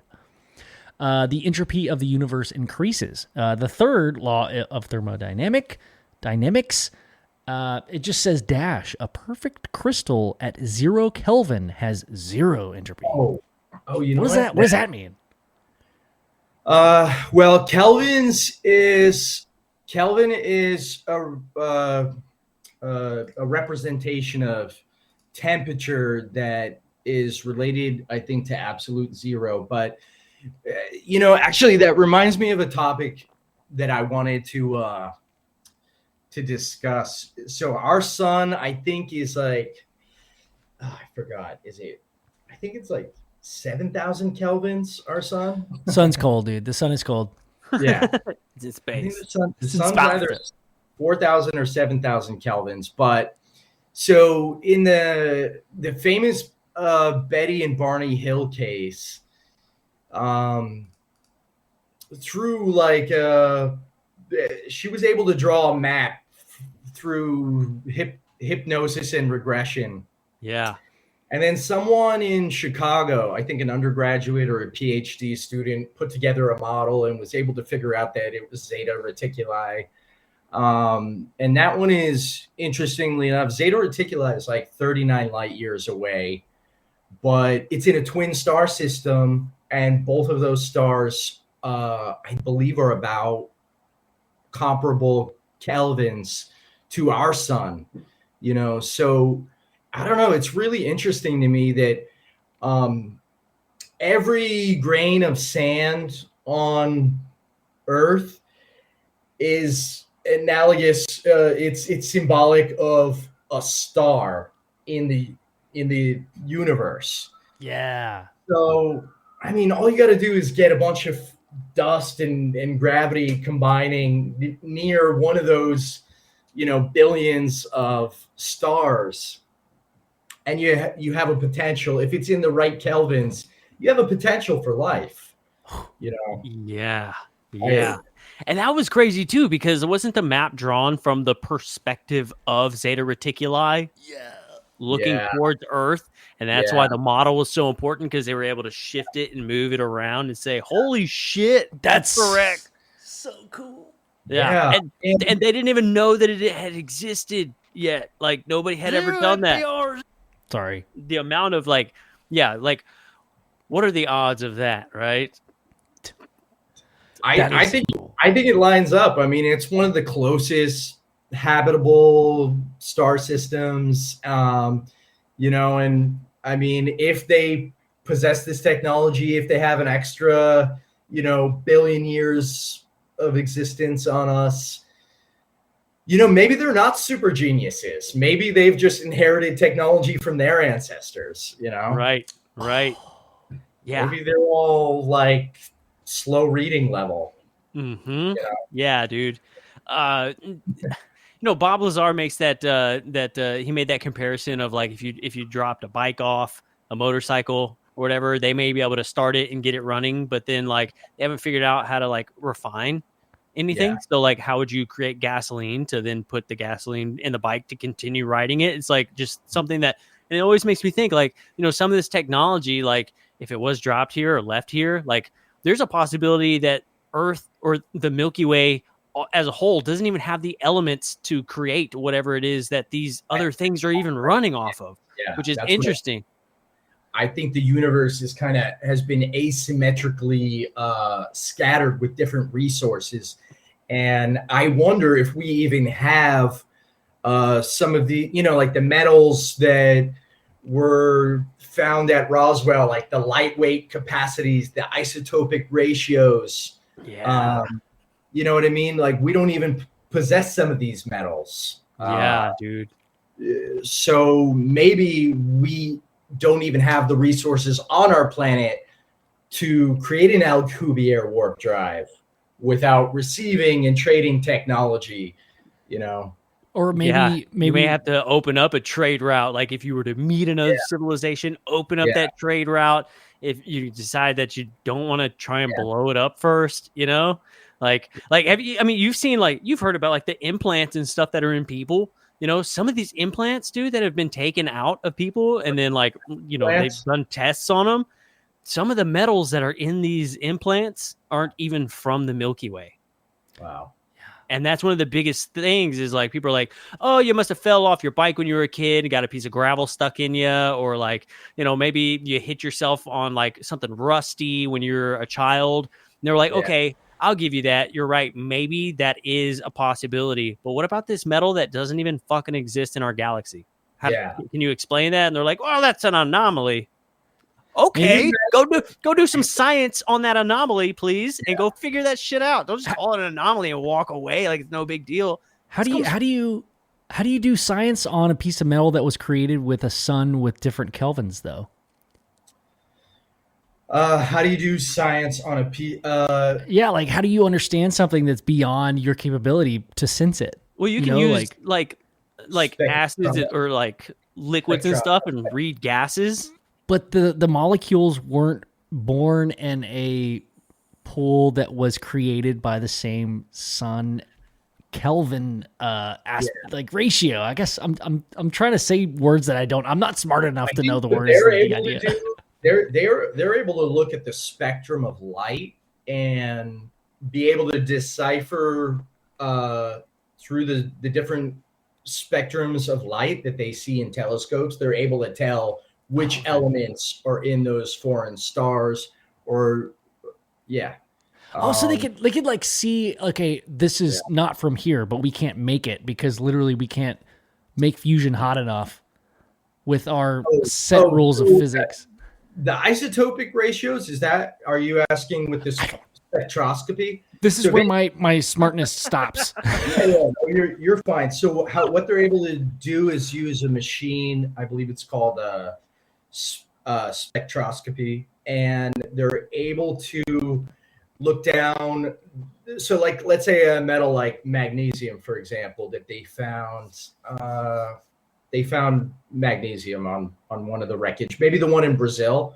And they were able to look at it through the spectroscopy, and they're able to see like, okay, the ratio of electrons to neutrons to protons is way off from any metal we see. This is clearly, it's either engineered or it's not from our solar system. Down to the nucleus level. Yeah, they're able to look at the nucleus. Yeah. Whoa, that's cool. That's really cool. So like, it shouldn't exist in our reality, like no, naturally. So one of my favorite guys, actually, super smart, Eric Davis, the astrophysicist. If you can ever get him on your show, he's the consultant he was the consultant to ATIP. Eric Davis, We're working Eric Davis. We got his number. I text him every morning at 7:30 a.m. You ever heard of the Wilson document? Yes, I have it. Yeah, I mean, I have a copy. I've got to download too. I want to print it off and put it on my back. Yeah, dude, there is the lore surrounding not just that guy, but like there's a group of them. The lore surrounding those people is absolutely fucking crazy. Like, it's wild. It's so wild. Like, I mean, you've heard of like have you ever heard of like the Theoretical Physics Working Group or the Aviary? Some of these dudes are in like what they call the Invisible College and stuff like that. There's like a group of people. Now the Galileo Project. And now the Galileo Project. There's all these strange projects that always pop up. And throughout history, they haven't exactly been the most helpful and or truthful. And like, all these dudes' names are connected to all of these little groups. And, I mean, it's that's where like this shit gets like really, really crazy, right? Because those are all people that you want to talk to. You're like, I want to talk to that guy, right? But when they're specifically employed by the military and or the government and or private sectors that, have been used to basically filter information and hide it from, FOIA requests and things like that, those dudes are on lock and key.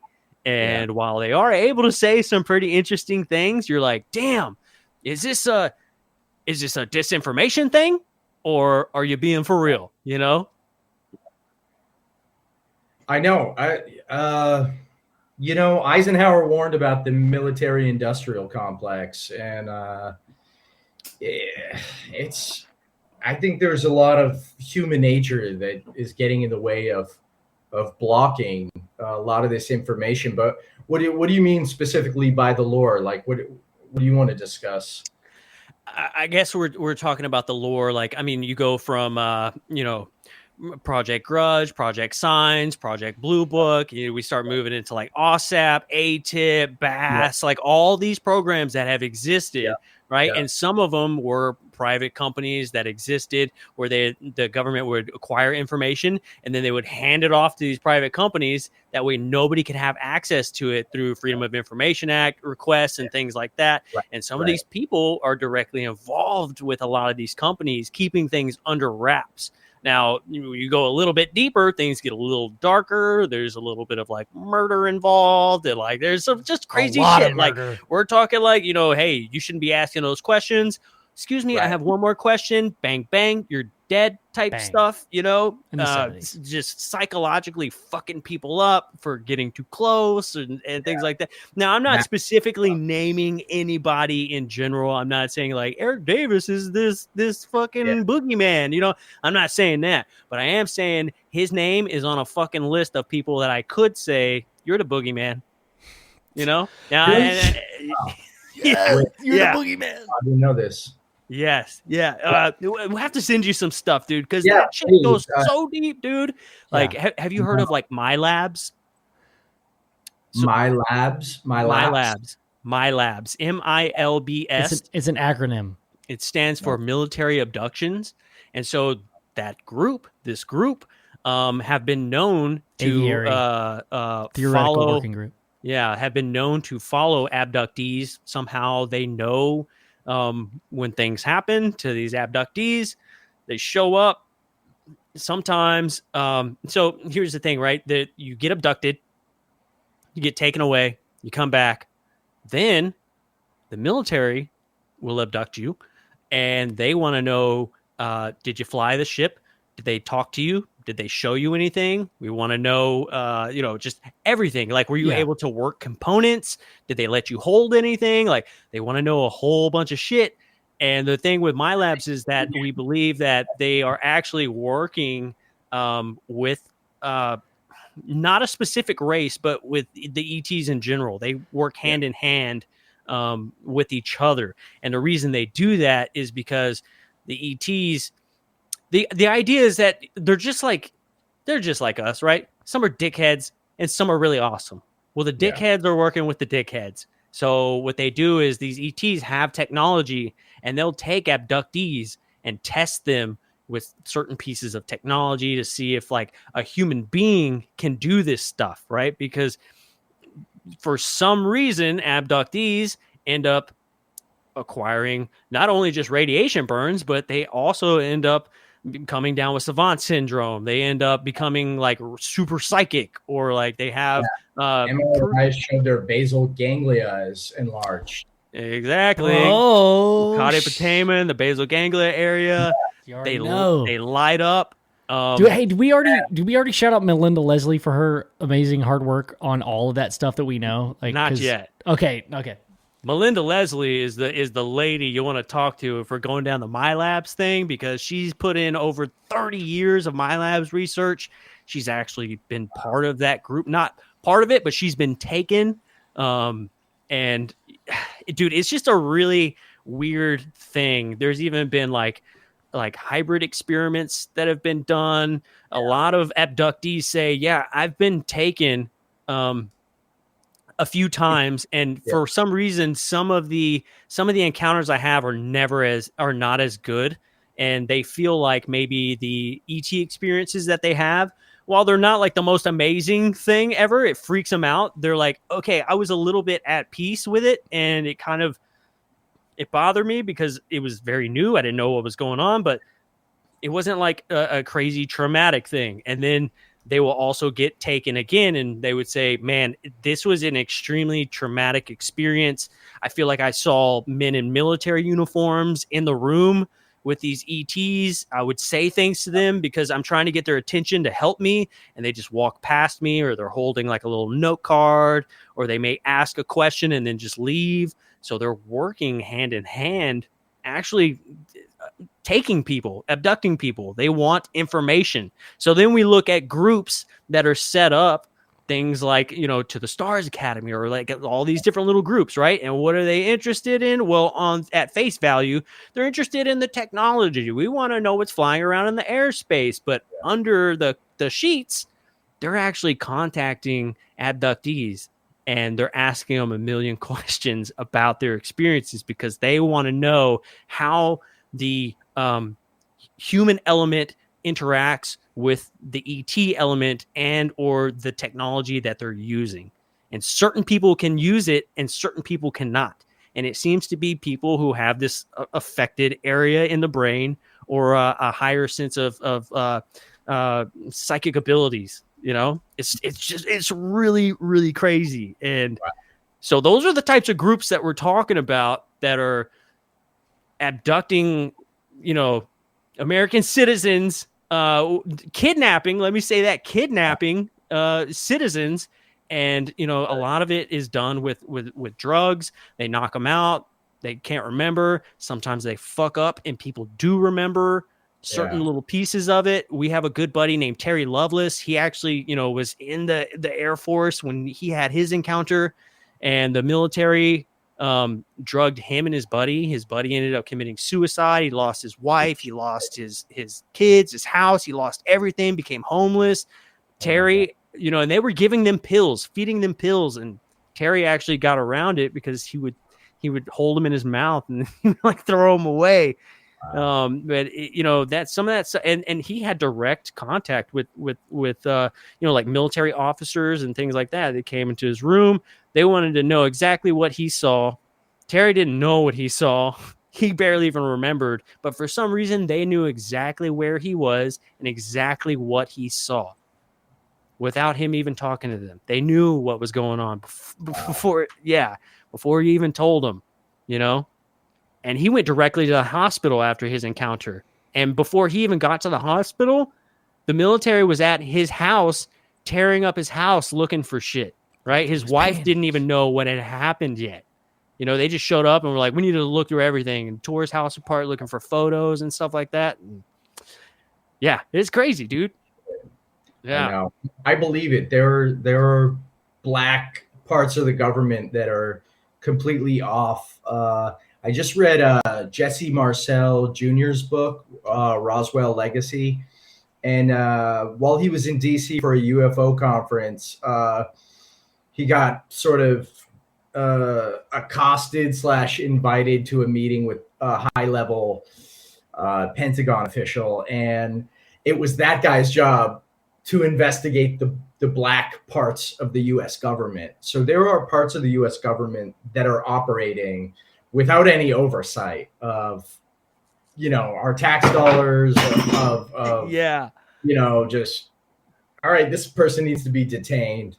The military industrial complex is scary.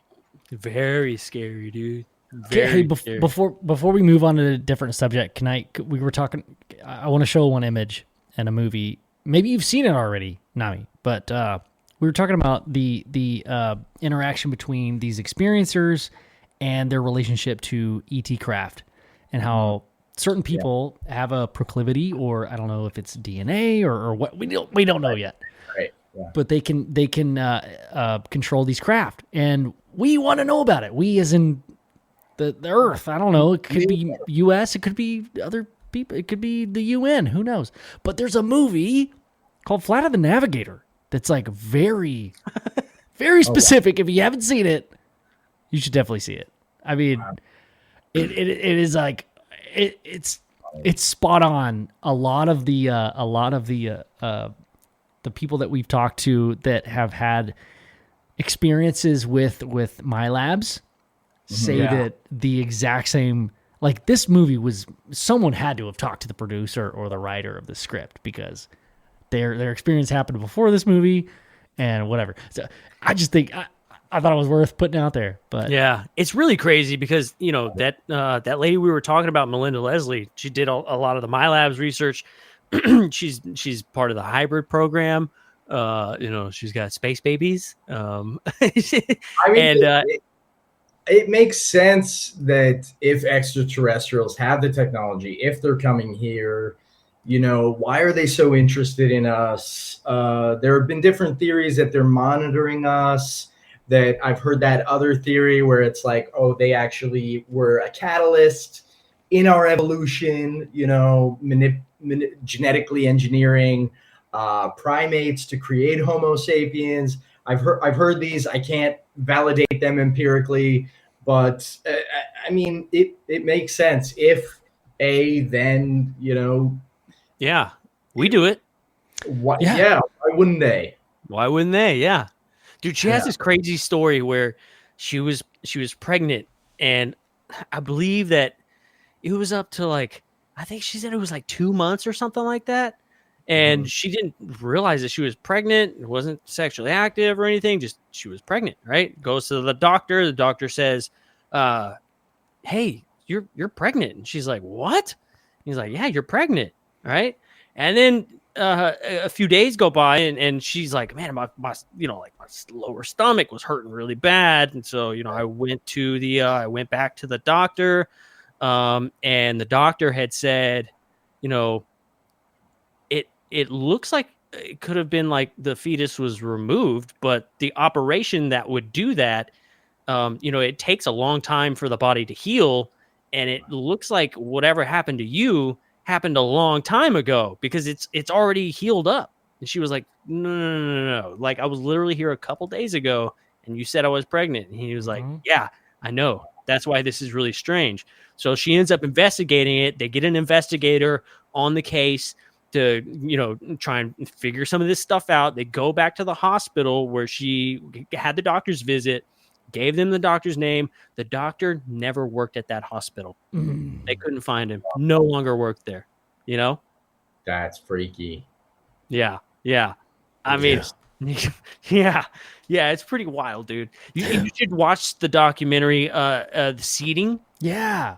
It's really, really good. We've had a few of those ladies on the show actually, and I mean their stories are incredible, man. Yeah. You know, like one of them's a lesbian. She was like, I don't even have sex with guys. Yeah. And like my partner left me because I showed up pregnant. Then she left, and then I wasn't pregnant a week later. And it seems like they give them like a 3-month gestation period, and then they come and they'll take the fetus. And some of the ideas behind that, right, is that with their DNA and where they live, it can't develop properly on Earth because of, you know, just our gravity and everything that we go through. But inside the mother, you know, there's not as much gravity. It gives it time to grow. And once it reaches that prime age, then they'll come and they'll take it up to the ship.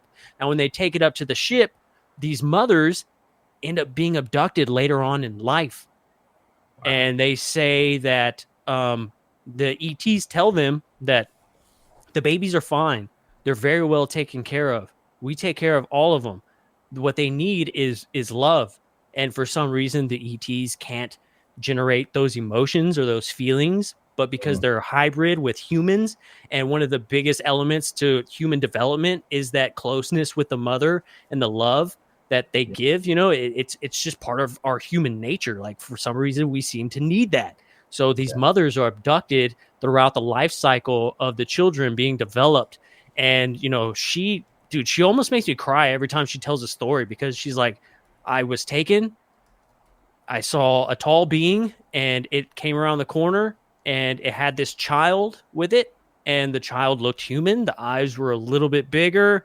The hair was a little different. They were a little thinner, but I knew it was my child.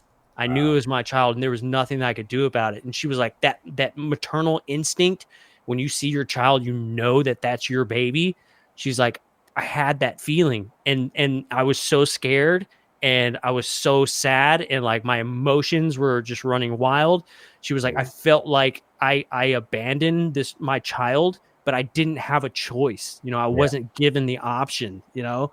And they're just like, how many people have to make up a story? You know what I'm saying?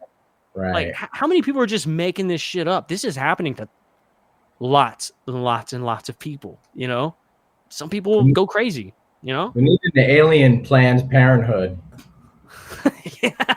Yeah. I mean, that's probably not a bad idea, actually.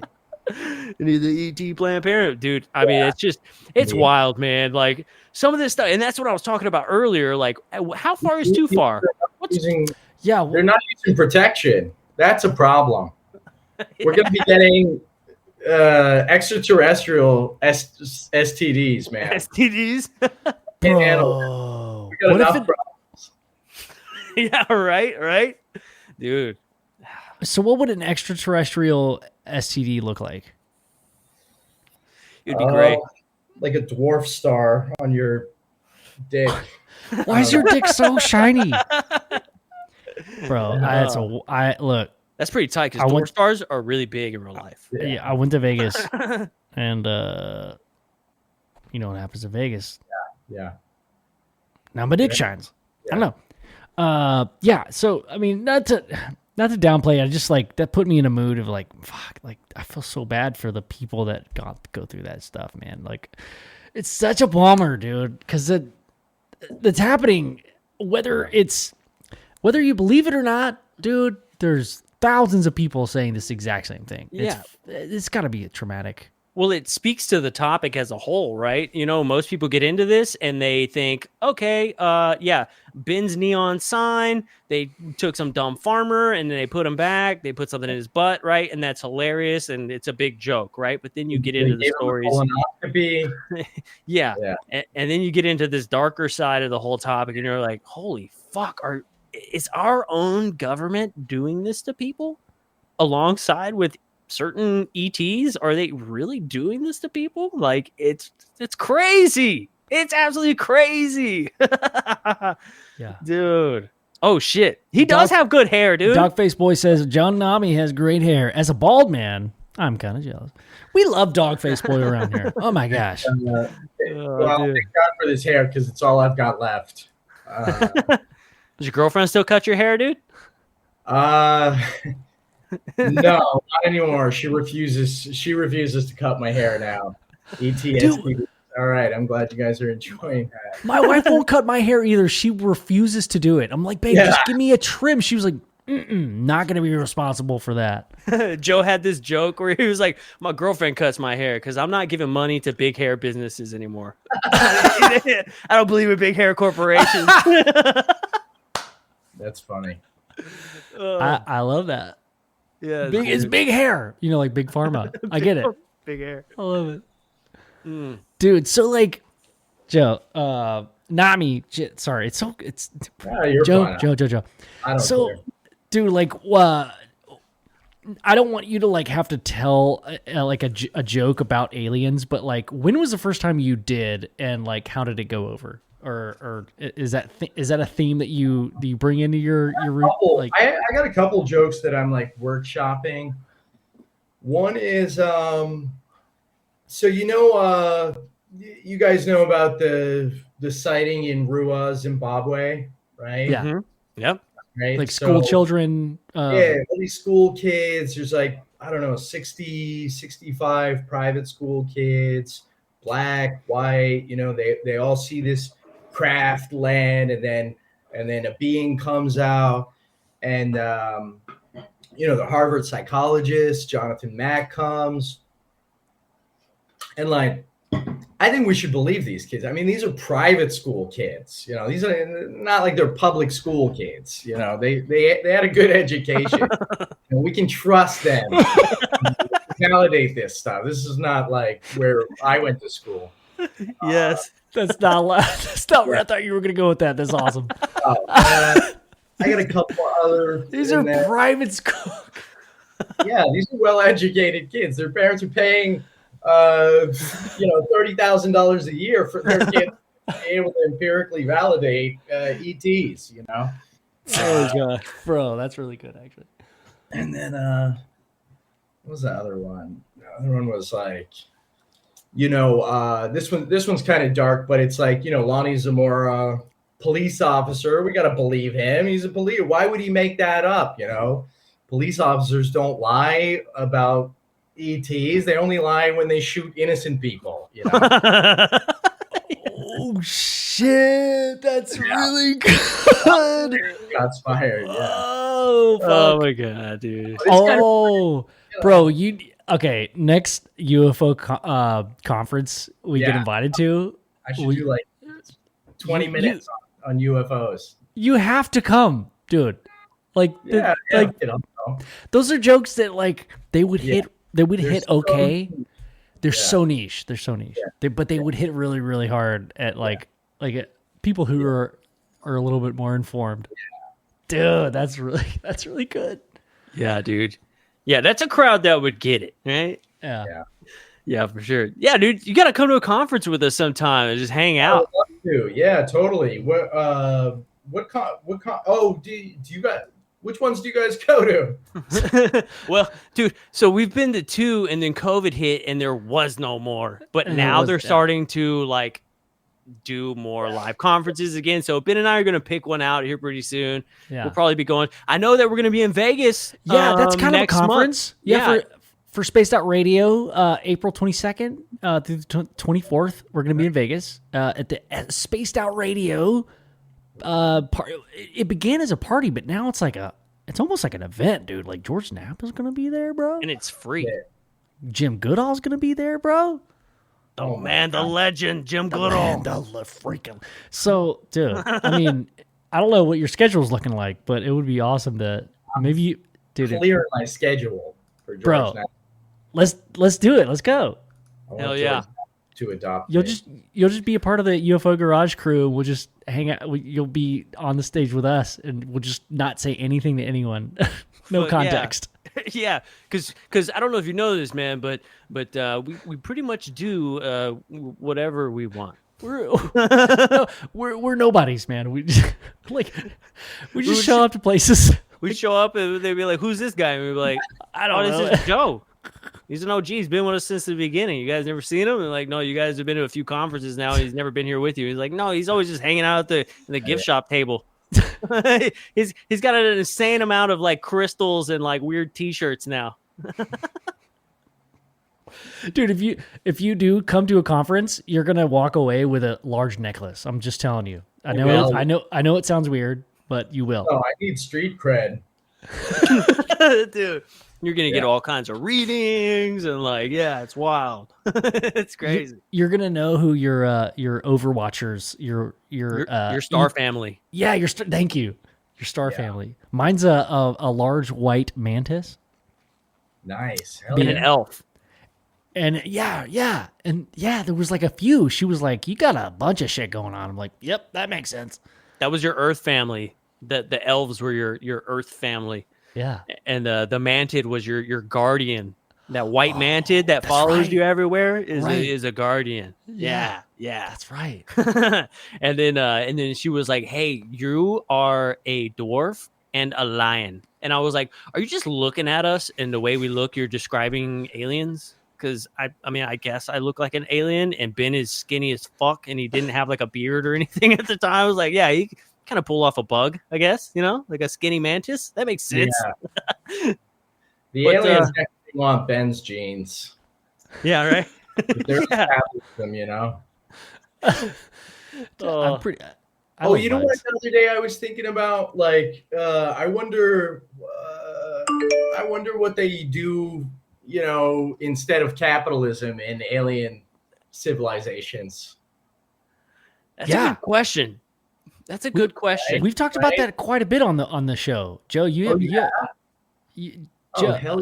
That fool Joe has some if half of your ideas came true, shit would be awesome. Crazy, right? Remember the barter system you were telling me about, and like the economical, so what you do on the the more you help out on the ship or wherever it is that you're at is like your currency. So if you just mop the floor and like you're not very smart, like you obviously can't like do the high end shit, right? But like if you're the captain, you're in charge of everybody, you get to do like the high end shit. But then at the same time, if you have like replicators and things at that point in time, like really it's probably just events that you would have to worry about going to, because you could literally go to like the replicator and be like, "Hey, make me a steak." Boop. And it makes you a steak. So it really wouldn't matter. Would money matter if everybody had their own little replicator or creation, little box device in their house? Like, status, social status, and all that shit really wouldn't matter. I guess you would eventually, you would at first probably have to purchase this thing, right? But then once the technology has been around for 100 years, it would kind of be like, oh, well, everybody has a phone now, right? There's a couple of people that don't, but they live on weird islands that like aren't visited by humans anymore. It's kind of one of those situations. So I think also, in the future, knowing multiple things, like I can solder, I can blow glass, I can I don't know. I could fix your driveway. Like the more shit you know how to do well is like the economy. Picturing ETs paving their driveways. Yes, dude. They're like, hey, somebody's gonna do it. Yep. Yeah, Well, just like real blue collar ETs. But then that's They're the first. complaining about their governments.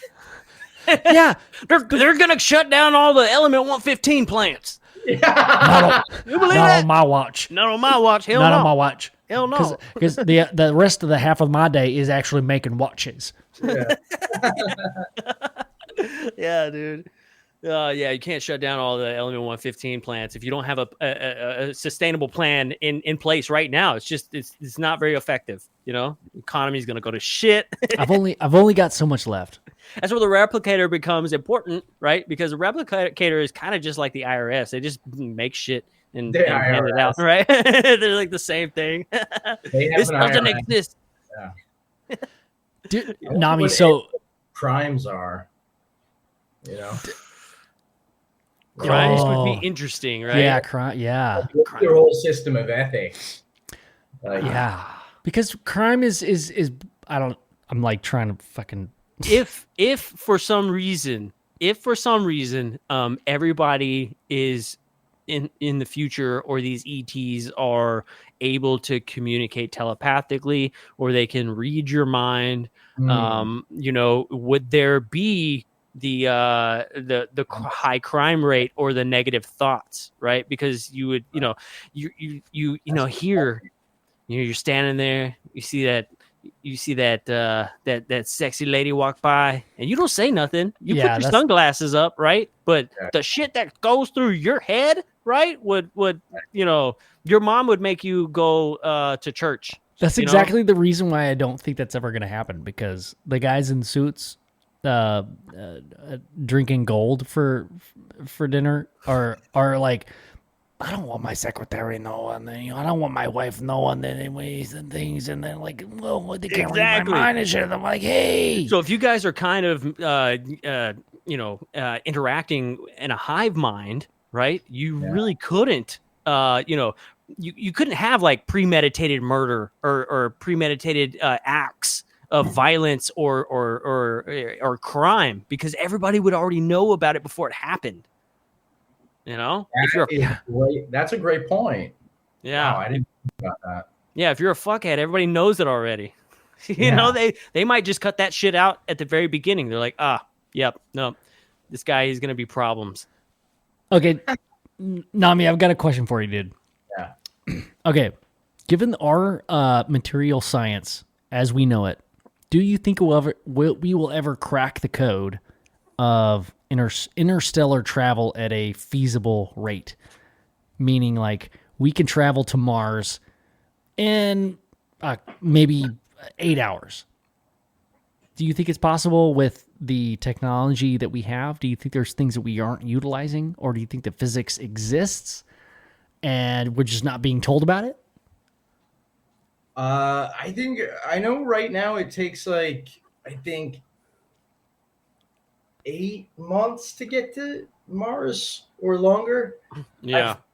But no, not with the technology. With the technology we have right now, it just doesn't make any sense. I don't know what Elon Musk is thinking. Like they've been making. I could have sworn I read a paper they were making like micro Alcubierre engines. I read this somewhere.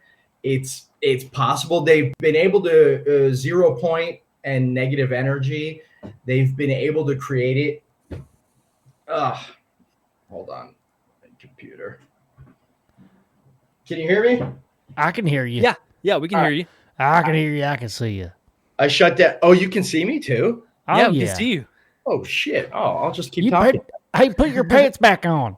I think, I don't know. I think right now, I think rockets, jet fuel, all this stuff, we're going about it the wrong way. I don't think that this is going to make for like the longevity of our space travel. I think this is an outdated system. I think it will Yeah. be Yeah. surpassed because it's just so slow. It- I think to get to the nearest star from here, I think it'll take something like 5 million years. You know what I mean? yeah. It's like It'll take forever. it takes so long, dude. I'm taking That shits. kind of time. Yeah. I always think about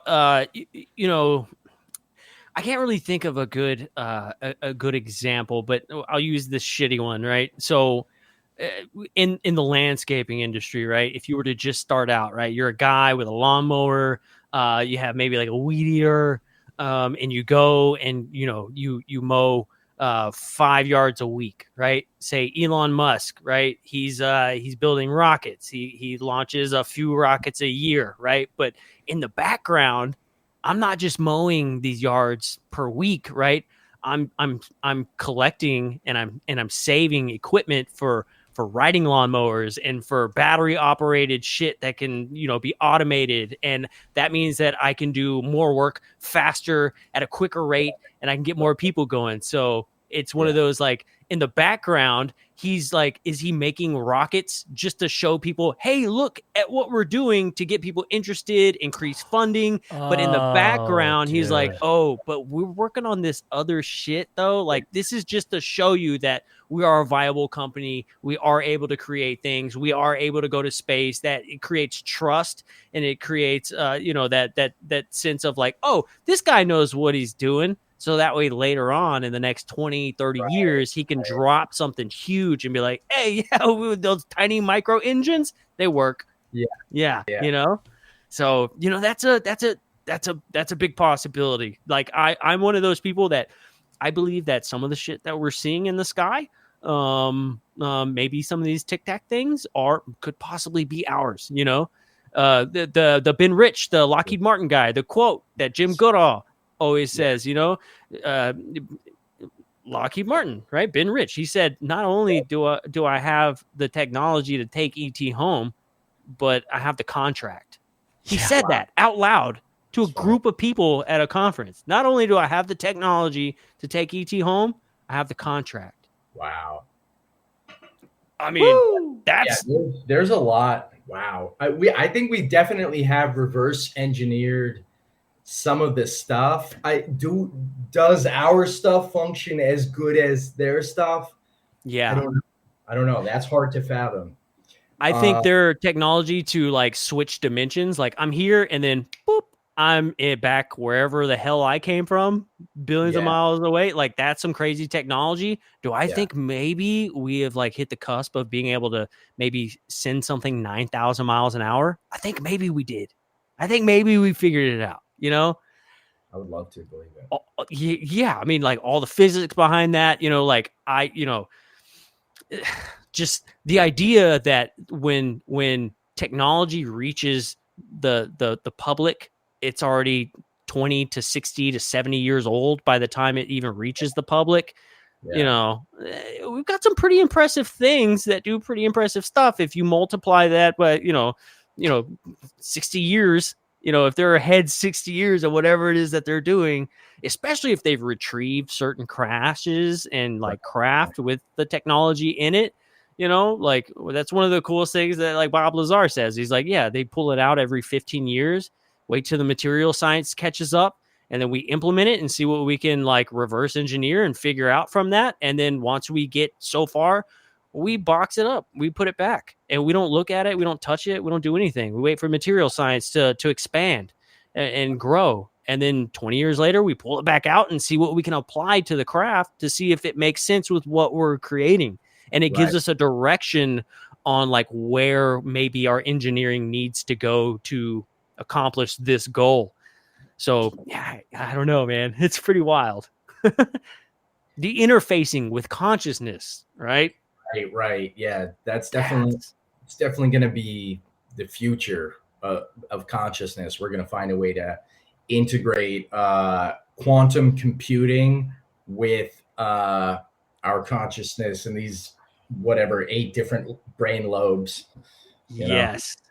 Yeah. What's the story where they talk about like, you sit in the chair interfaces with you, and you basically think of a point in space that you would like to go, and the ship takes you there, right? Like the idea, like when we're talking about like biomechanics and stuff, and the ship, the craft being part biological, like in nature, is very interesting. I know. I've wondered that if some of these Tic Tac crafts are in fact the ETs themselves. Right? Yes. That or interesting. Yeah. Or animals that are living in the upper atmosphere that we just don't realize are animals. We haven't classified that energy as an animal, and maybe they are attracted to thunderstorms or highly electromagnetic areas. On maybe it's like a kite or like a bird. When they hit that updraft, they power up and they can float up, and that's the most efficient way for them to fly. Well, maybe these creatures or these animals that live high up in the atmosphere, maybe they start to lose that electro charge, and then they float down to these ley lines that we were talking about. They charge up and whoop, they zoom back up into the atmosphere and go back to where they live. It's interesting thought. We've barely touched all of the ocean.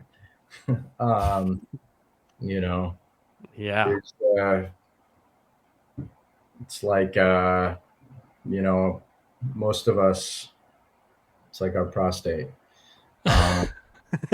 Just there's a lot so neglected. Yeah, you got to go to a guy for that. Yeah, you got to go to a guy, turn your head and cough. Yeah, I don't know if there's many females that like aspire to be prostate examiners. Why not? I'm sure it's part of the job. I mean, if the pay's right. I guess you're right. There's a lot of prostates that should be removed.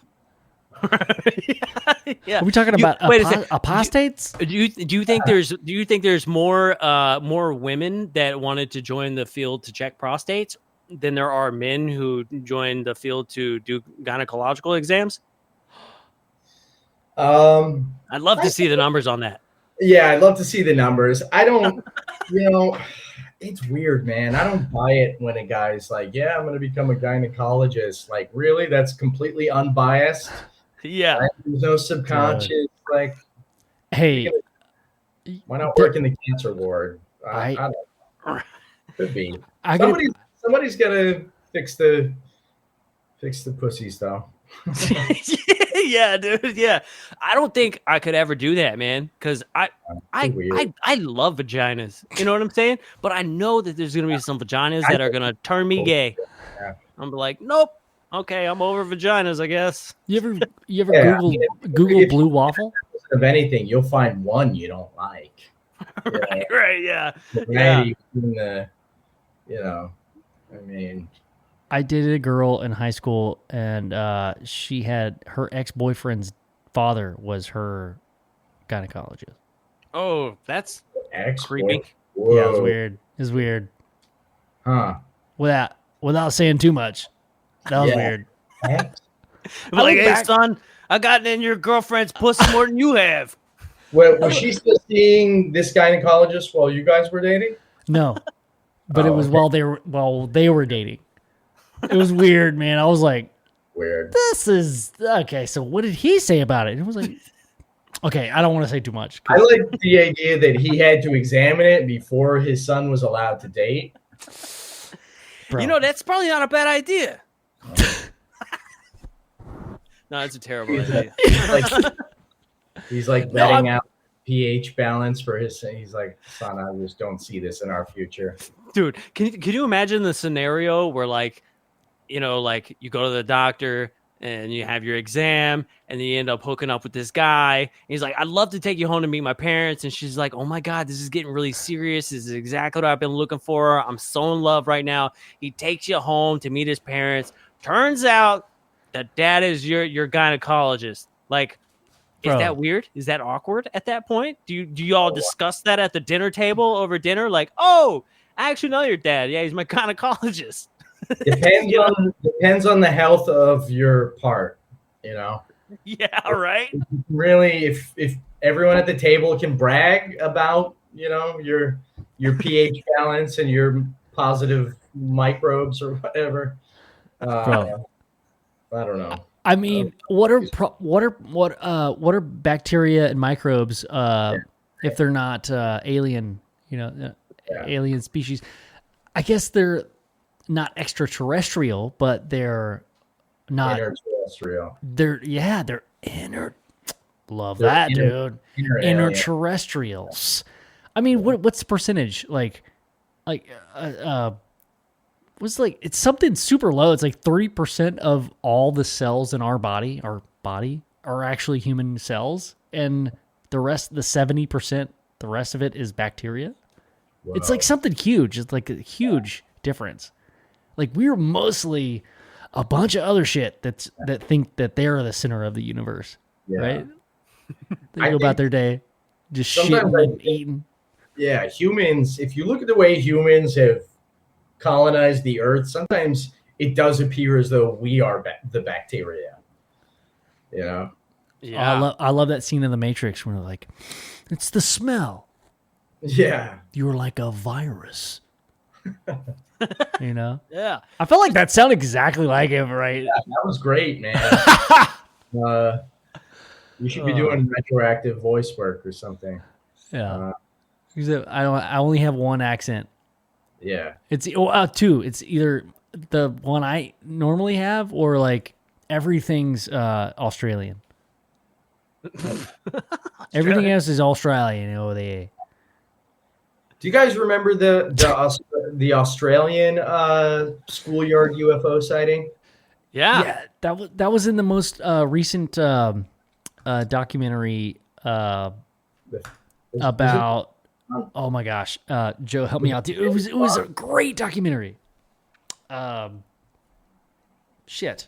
Experiencer, the Eric Mitchell story. Was it? That's a great. It's not out yet. That one's not out yet. That's going to be a great documentary. The one that just came out that was like pretty revolutionary. Dude, there's like 8 different. Phenomenon? Sorry, It might have been the phenomenon. Phenomenon? yeah, I think that's it. Yes. Phenomenon. Not I want to give. I just want to give the director a shout out. Just want to talk about it. I think it's James Fox. James Fox. James Fox. Thank you. Oh my god. You should have just asked us, dude. Instead of spending all that time Googling shit. I don't know what I'm doing. So yeah, James Fox, he talks about that in the phenomenon with the Australian school, and I always mix those up with the Zimbabwe story. Yeah, it's easy to. The details, I mean, the accents give it away, but aside from that, because they're like South African kids. Yeah. But the Australian one, I don't know if they saw the beings. I think they like ran over to the ship, right? They and saw the craft land. Yeah. Or maybe they saw the beings and they were on top of the ship. Yeah, they always confuse me because they're like the exactly same story almost. Yeah. Which is pretty interesting. That is interesting.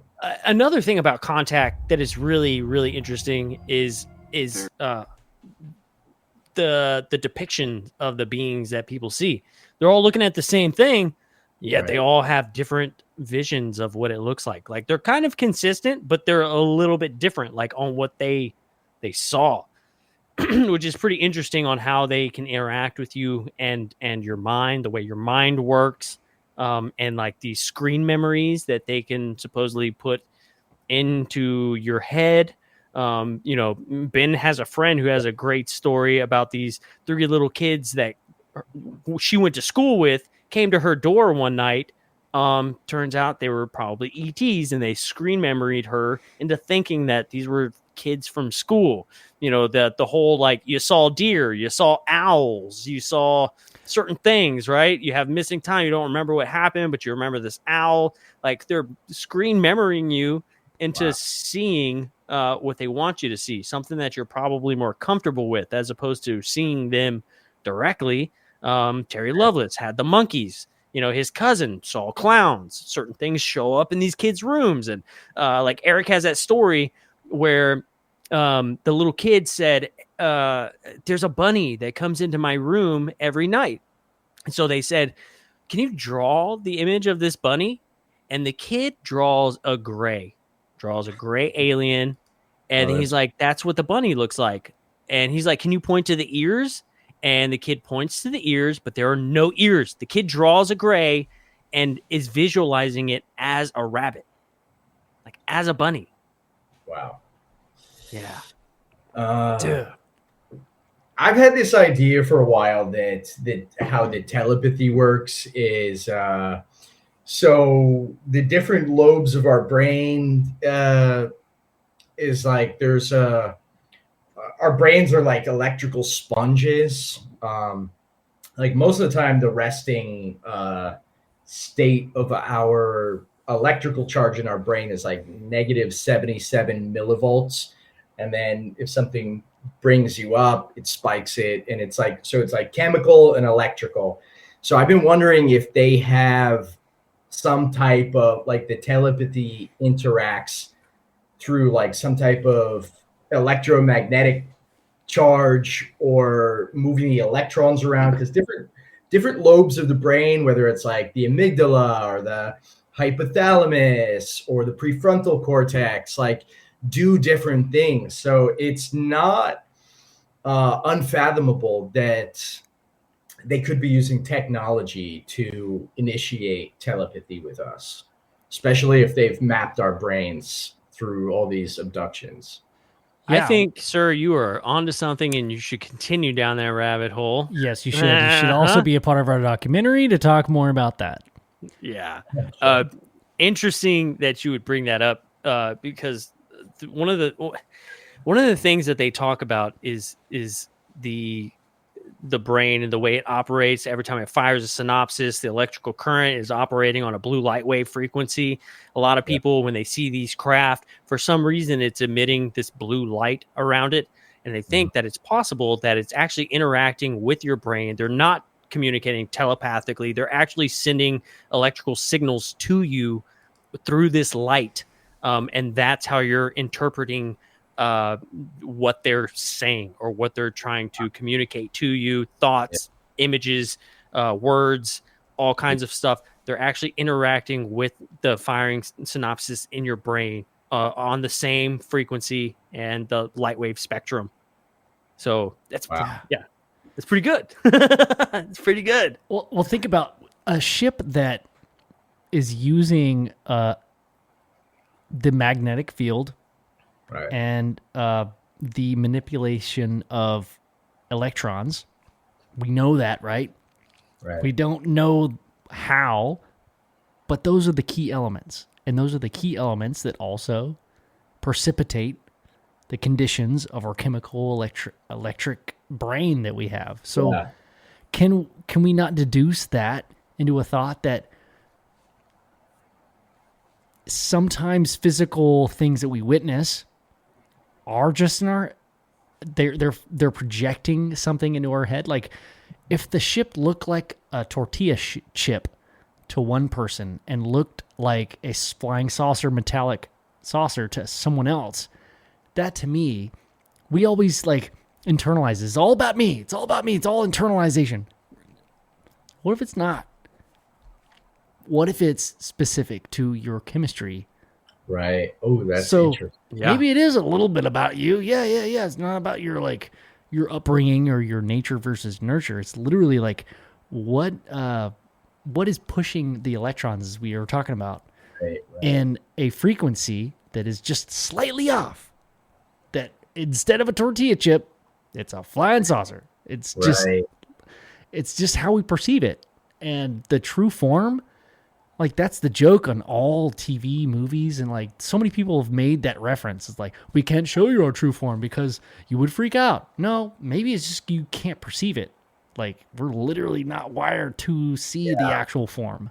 Like, it's kind of how we can only see like a microscopic fraction of all light waves. You know what I mean? Yeah. Yeah, the light spectrum is very limited. RGB. We know that there's other colors.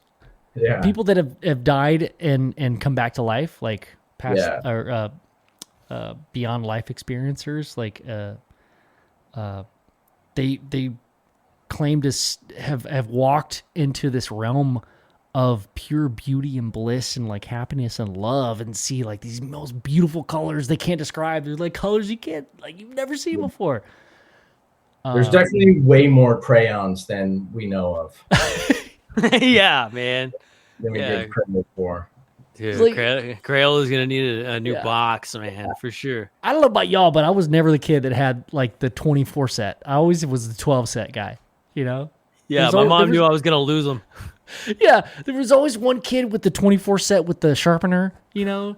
And I was so jealous. God damn it, with my dull ass. I had brown and gray, and I had lost all the other mac and cheese. That's the only macaroni and cheese. I have the Indian color and the mac and cheese color in silver. What am I going to do with this? Dude.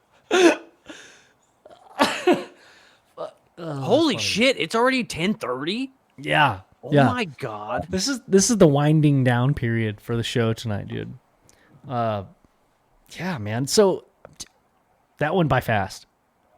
Yeah, Too fast. That was by way too. Yeah, you guys taught me.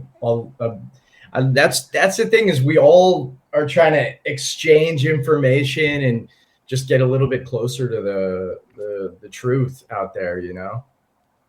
Yeah, absolutely, man. That's what it needs to be. You know, it's just like the exchange of information. You know, like it's cool. Like you know, you said, look, I've been doing comedy for like 5-6 years, but you know, you also dipped your toe into theoretical physics, you know? Like the furthest Ben and I got into any kind of physics was high school, right? Like, that's I got a physical exam. Which is weird because like I failed every math class, but I passed every physics class, right? Because math was boring, but physics was like, how does that shit work? I want to know. I actually did really good in physics. And chemistry too. Uh-huh. Yeah, I didn't pay much attention in high school physics, and then afterwards I went out and learned it on my own. When you get motivated, when they tell you why it matters, curiosity sparks. Yep. Dude, It's not like high school where it's like, look, I got to teach you this shit so I can get a paycheck. All right, sit down, shut up. Let me tell you about Isaac Newton. State requirements so that the state doesn't think that we're abandoning you and mistreating you. Yes, that's so true. The amount of times that like I raised my hand and asked a question that my physics teacher was like, fuck, dude, I don't know, is like unbelievable. Like I've gotten more answers through doing this badass podcast than I ever did in a school trying to ask questions to somebody, you know? Yeah. And then you connect the dots with all the science to all the stuff that's going on with the UFOs and ETs, and it like everything connects, and you get a better understanding of it because it fits into your whole paradigm, you know. Yes, dude. Just being like loose knowledge in your pocket. Right. What are you supposed to do with the speed of light? What the hell am I supposed to do with the speed of light? You know what I mean? Yeah. Right. The only thing I can literally apply it to is UFOs. Yeah. Yeah, right. The only thing that motivates me to learn anymore. Yeah, for sure, man. Yeah. Dude. I think the best thing, man, is that you're curious and you are constantly trying to get at some answer, right? Like I think we're all trying to get at some answer. We're all curious and we love this stuff and we're having fun with it, dude. And I love that you're taking both sides. We're like, there's some real shit that you have learned and read some really awesome books and know some shit about and can speak to some theories and aspects and are able to have that balance in check. But like the fact that you're still on the search that's some hope for me. Like a lot of physics, people that are professional physicists, they're like, oh yeah, I already know the answer to everything. But it's refreshing because you're like, no, dude, I'm still trying to figure it out. It seems like. I heard something great recently, and sometimes I tell this to people too when I'm arguing or debating with people that aren't on board with UFOs. But it's like, if there's nothing that can, if there's no evidence that can change your mind, you don't have an opinion, you have a bias. And Ooh. a lot of people have these preconceived bias and notions. It's confirmation bias. They already know how, and then you tune into the news station that you want to watch that fits your worldview. But I think that something that's common amongst a lot of us in the UFO community are keeping an open mind and just following the evidence. Yeah. Yes. Love that. Absolutely. Seeing I think what happens. that's a frame of mind I think we can all Yeah. we should all maybe think about adopting that. Well, hopefully, dude. Hopefully, we've given you a little more ammunition to combat the naysayers a little bit. You know what I'm saying? It's funny because you really should be able to just open up the Wilson document and be like, Eric Davis, Edgar Mitchell, the astronaut. They had a fucking meeting about a crashed UFO. Yeah, that's a government document, by the way. Here you go. If you have any questions, give me a call. And some people are still like, bullshit. Well, I looked into that too, and it's interesting, but because on my search into logic and rhetoric and all this stuff, I came upon some information that suggested that Daniel Kahneman has this they did this meta study, and it kind of showed that we as humans, we're not really as rational as we'd like to think we are. And it's not necessarily because we're just poisoned with emotion, but we have a bunch of cognitive distortions, biases, fallacies. It's just part of the imperfections in our, the sort of evolutionary progress of our brain. We have a hard time calculating abstract, cerebral things, truths. So going down that rabbit hole, there was a study done, and it was about how facts don't change people's minds. And that sucks. Yeah, dude. Doesn't it, dude? Oh my God. Sucks, dude. Yeah, but it's because from an evolutionary perspective, if you give me a fact, now I have to adjust my whole paradigm. I might be ostracized from my social tribe. I might have to adjust my identity. It's way too cognitively expensive to uproot someone like that. So before doing that, it's like you have to create kind of a safe, like a tribe where people can be accepted. It's like why it's so hard for people to leave the Mormon church, because it's social suicide. Right. I know that's random, but that popped in my head. There's a bunch of weird reasons that how you pull people over. And I don't think we're going to get the people that are like at the opposite end of our spectrum, but the people that are in the middle, like when I was like right before I got into UFOs, my mind was in the middle. I was at like, a 5, right? On a 10. And I was ready, I was ready to be open-minded to that, Yeah, for sure. Yeah. So, it's always nice to just be like, hey, I told you all this stuff. By all means, I'm not trying to change your mind. I just want you to think about it. You know.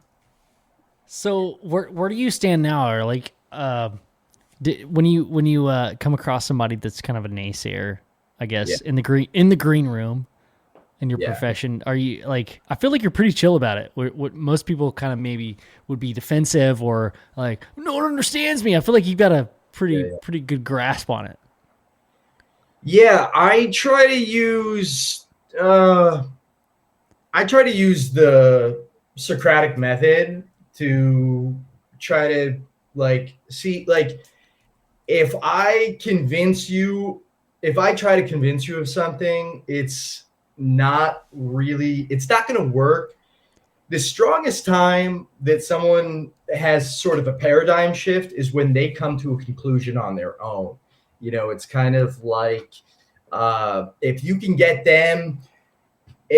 can ask them to explain their paradigm, you know, and like, all right, so what is all this highly anomalous data that these pilots are seeing? What's this, you know, and get them to really explain these things. And when they come across the inconsistencies, they'll realize that there's holes in their story. There's holes in their narrative. You know what I mean? And that's where you can start to plant the seeds. But I think people have to come to the conclusions on their own and assimilate the evidence. But you can lead a horse to water, but you can't. Yeah. It's so sneaky, dude. It's it is human nature. It's rhetoric. Yeah. It's a real thing. It is real. Like the most powerful, like you've seen the movie Inception, right? Like you can't, it's very difficult to just plant an idea in somebody's head. Yeah. You can't just tell somebody to do something. Like you have to make it them think that it was their idea, right? Exactly. Especially if it's something that like they categorize as part of their identity. You know, you know what I mean? You can't convince a liberal to be conservative and vice versa if their identity is surrounded around that, unless I don't know why we all suck. Yeah. No, politics fucking suck, dude. I get two choices, really? Yeah. My team, your team. Yeah, we get. I'm the football guy. Go to Baskin Robbins, you get 24 flavors of ice cream. Right? Yeah. Yeah. Bro. I tell, people, I was kind of progressive and then I moved to New York City and people here are like on another scale. You know? They made me want to become more like independent and kind of centrist. But I tell people I'm politically non-binary now. I don't want to be part of anything. I'm neither male or female. I'm politically non-binary. Yeah. I am literally just don't ask me about politics. No, I just want to know, what you're. Look, you're offending me now. Like, I'm politically, just leave me alone. I think the government should deliver your mail and shut the fuck up and stay out of your life. That's what I think the government should do. Just let us do what we want, man. And then all of a sudden, who cares? I'm a racist because I think the government should just deliver mail. Yeah. Seriously, yeah. Somebody would say that. Yeah. Fucking, God damn it! I'm trying to say, we're just do whatever the fuck you want to, man. Jesus Christ.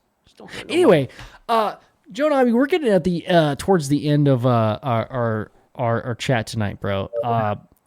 I wanna know, man. Like, I always like to ask something like something positive that you've either learned or maybe you're thinking about moving forward. What's something positive that you have hope for coming up? Within the UFO paradigm? Yeah, anything. It could be about comedy. It could be about Hanes underwear. It could be about anything. Positive. All right.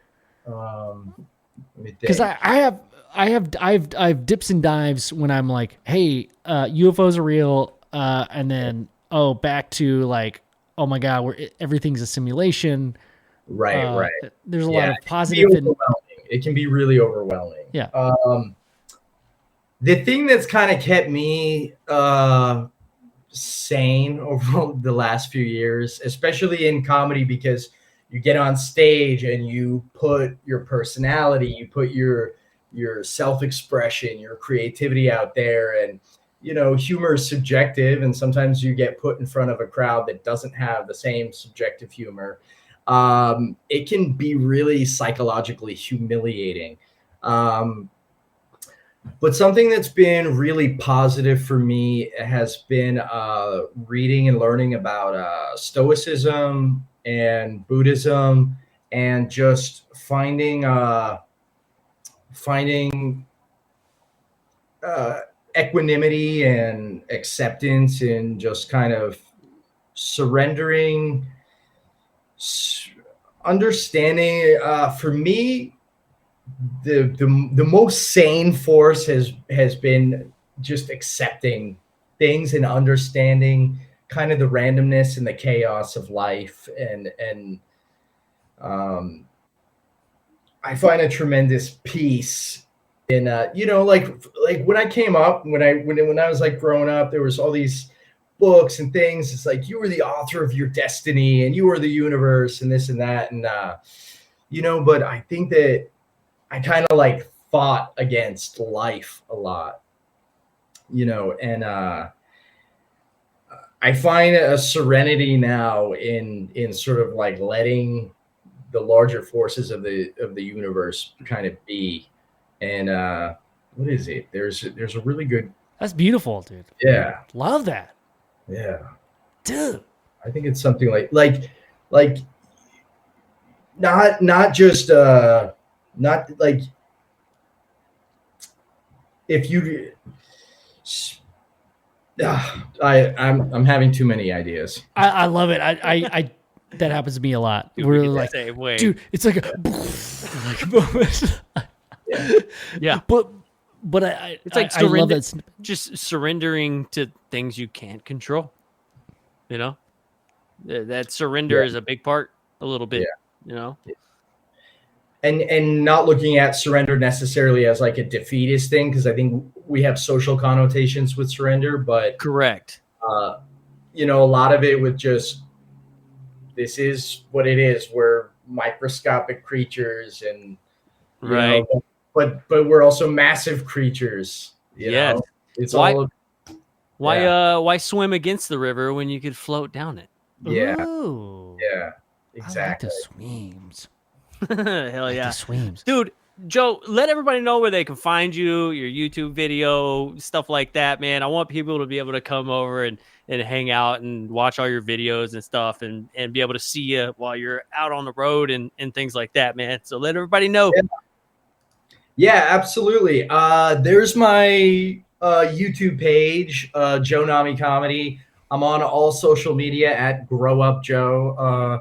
That's what I heard most of my life in adolescence. People just telling me, "Grow up, Joe," and so this is my channel. But I also run a podcast, and I try to be thoughtful and humorous about it. But yeah, that's my YouTube page, and I would love to build a community and talk with all of you out there.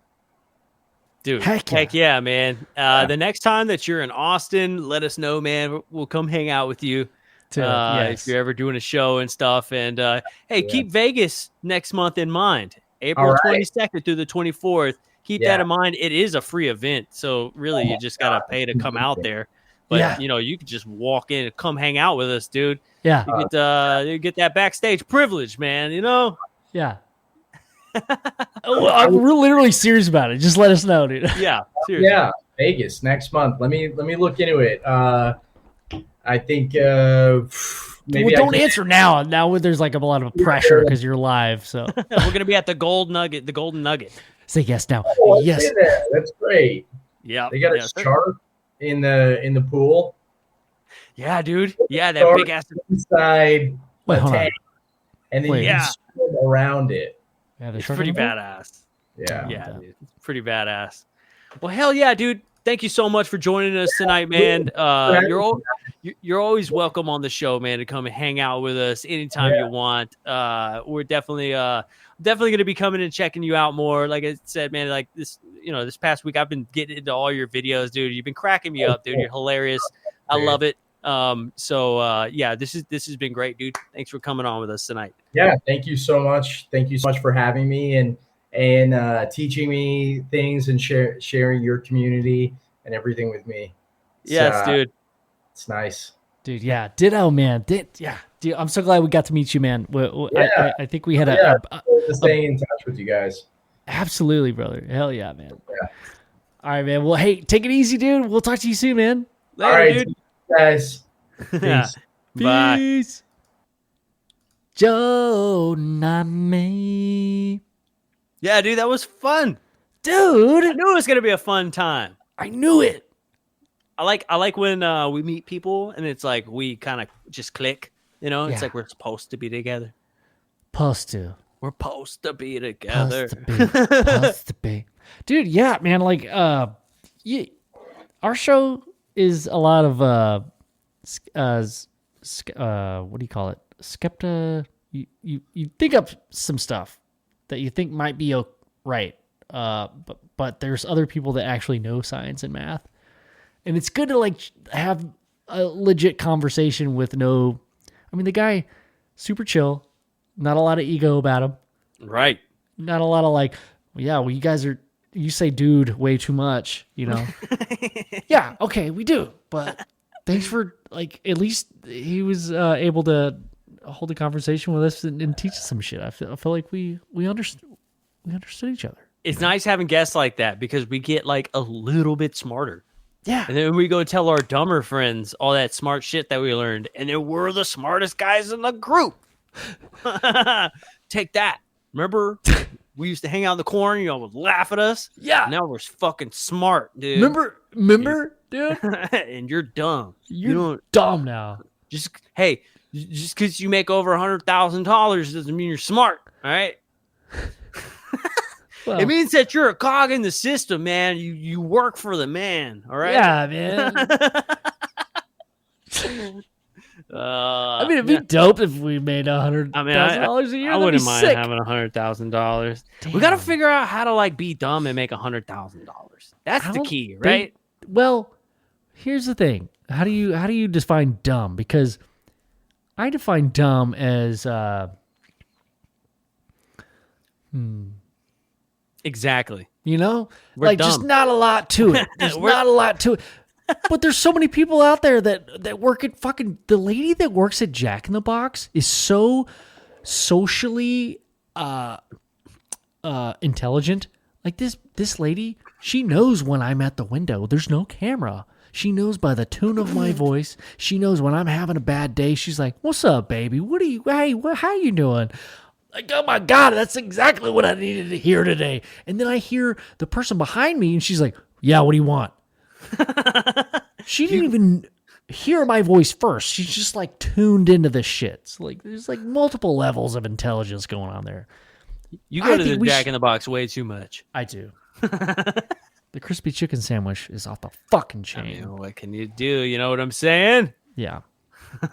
Anyway, that got way too deep on social intelligence for some reason, and like, man, all of us deserve $100,000 a year just for being cool. You know what I'm saying?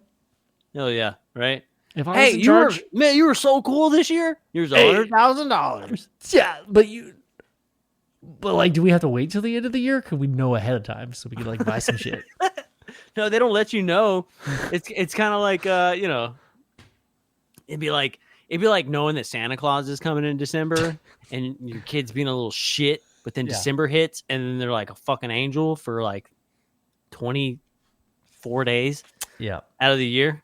You know, it'd be like that. So you got to be cool all year and then they let you know. Right. You know, they send you a letter in the mail saying, "Hey, don't worry about filing your taxes this year. Instead, I just want to give you $100,000."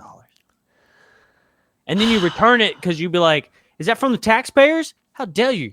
Taxation is theft. Yeah. You son of a bitch. Don't give me that. I don't want dirty money. Just how about you just give me more money from the IRS themselves? Because that's all my money anyways. I've been putting it into the system for years. Okay, I'm literally doing my taxes right now. I did this all that it did today. I hope my boss isn't watching this right now. But like, I did my taxes for fucking 2.5 hours. It wasn't all day, and it sucks, dude. Why can't they just tell us what we owe? Just say, hey, this is what we know that you owe. Just send a fucking bill. They're like, here's an estimate of what we think you might owe. I would send more than that estimate. Oh, but I guarantee you, they know exactly how much is left over if you don't pay them. They know it down to the fucking penny. It's like, why couldn't you just tell me that at the beginning? Yeah. We wouldn't be in this situation. We have to do all this crappy paperwork now, you know? So, yeah. I'm trying to think of an analogy. Like, there's nothing to it. That's just the most absurd fucking scenario I've ever heard of. There's no analogy to it. Honest, I can't. There isn't. There probably is. I just can't think. I'm dumb. No, there isn't. There's nothing I'm sorry, worse. dude. Nibbler shit right there, and I'm like just breathing in poop fumes right now. It is so stinky.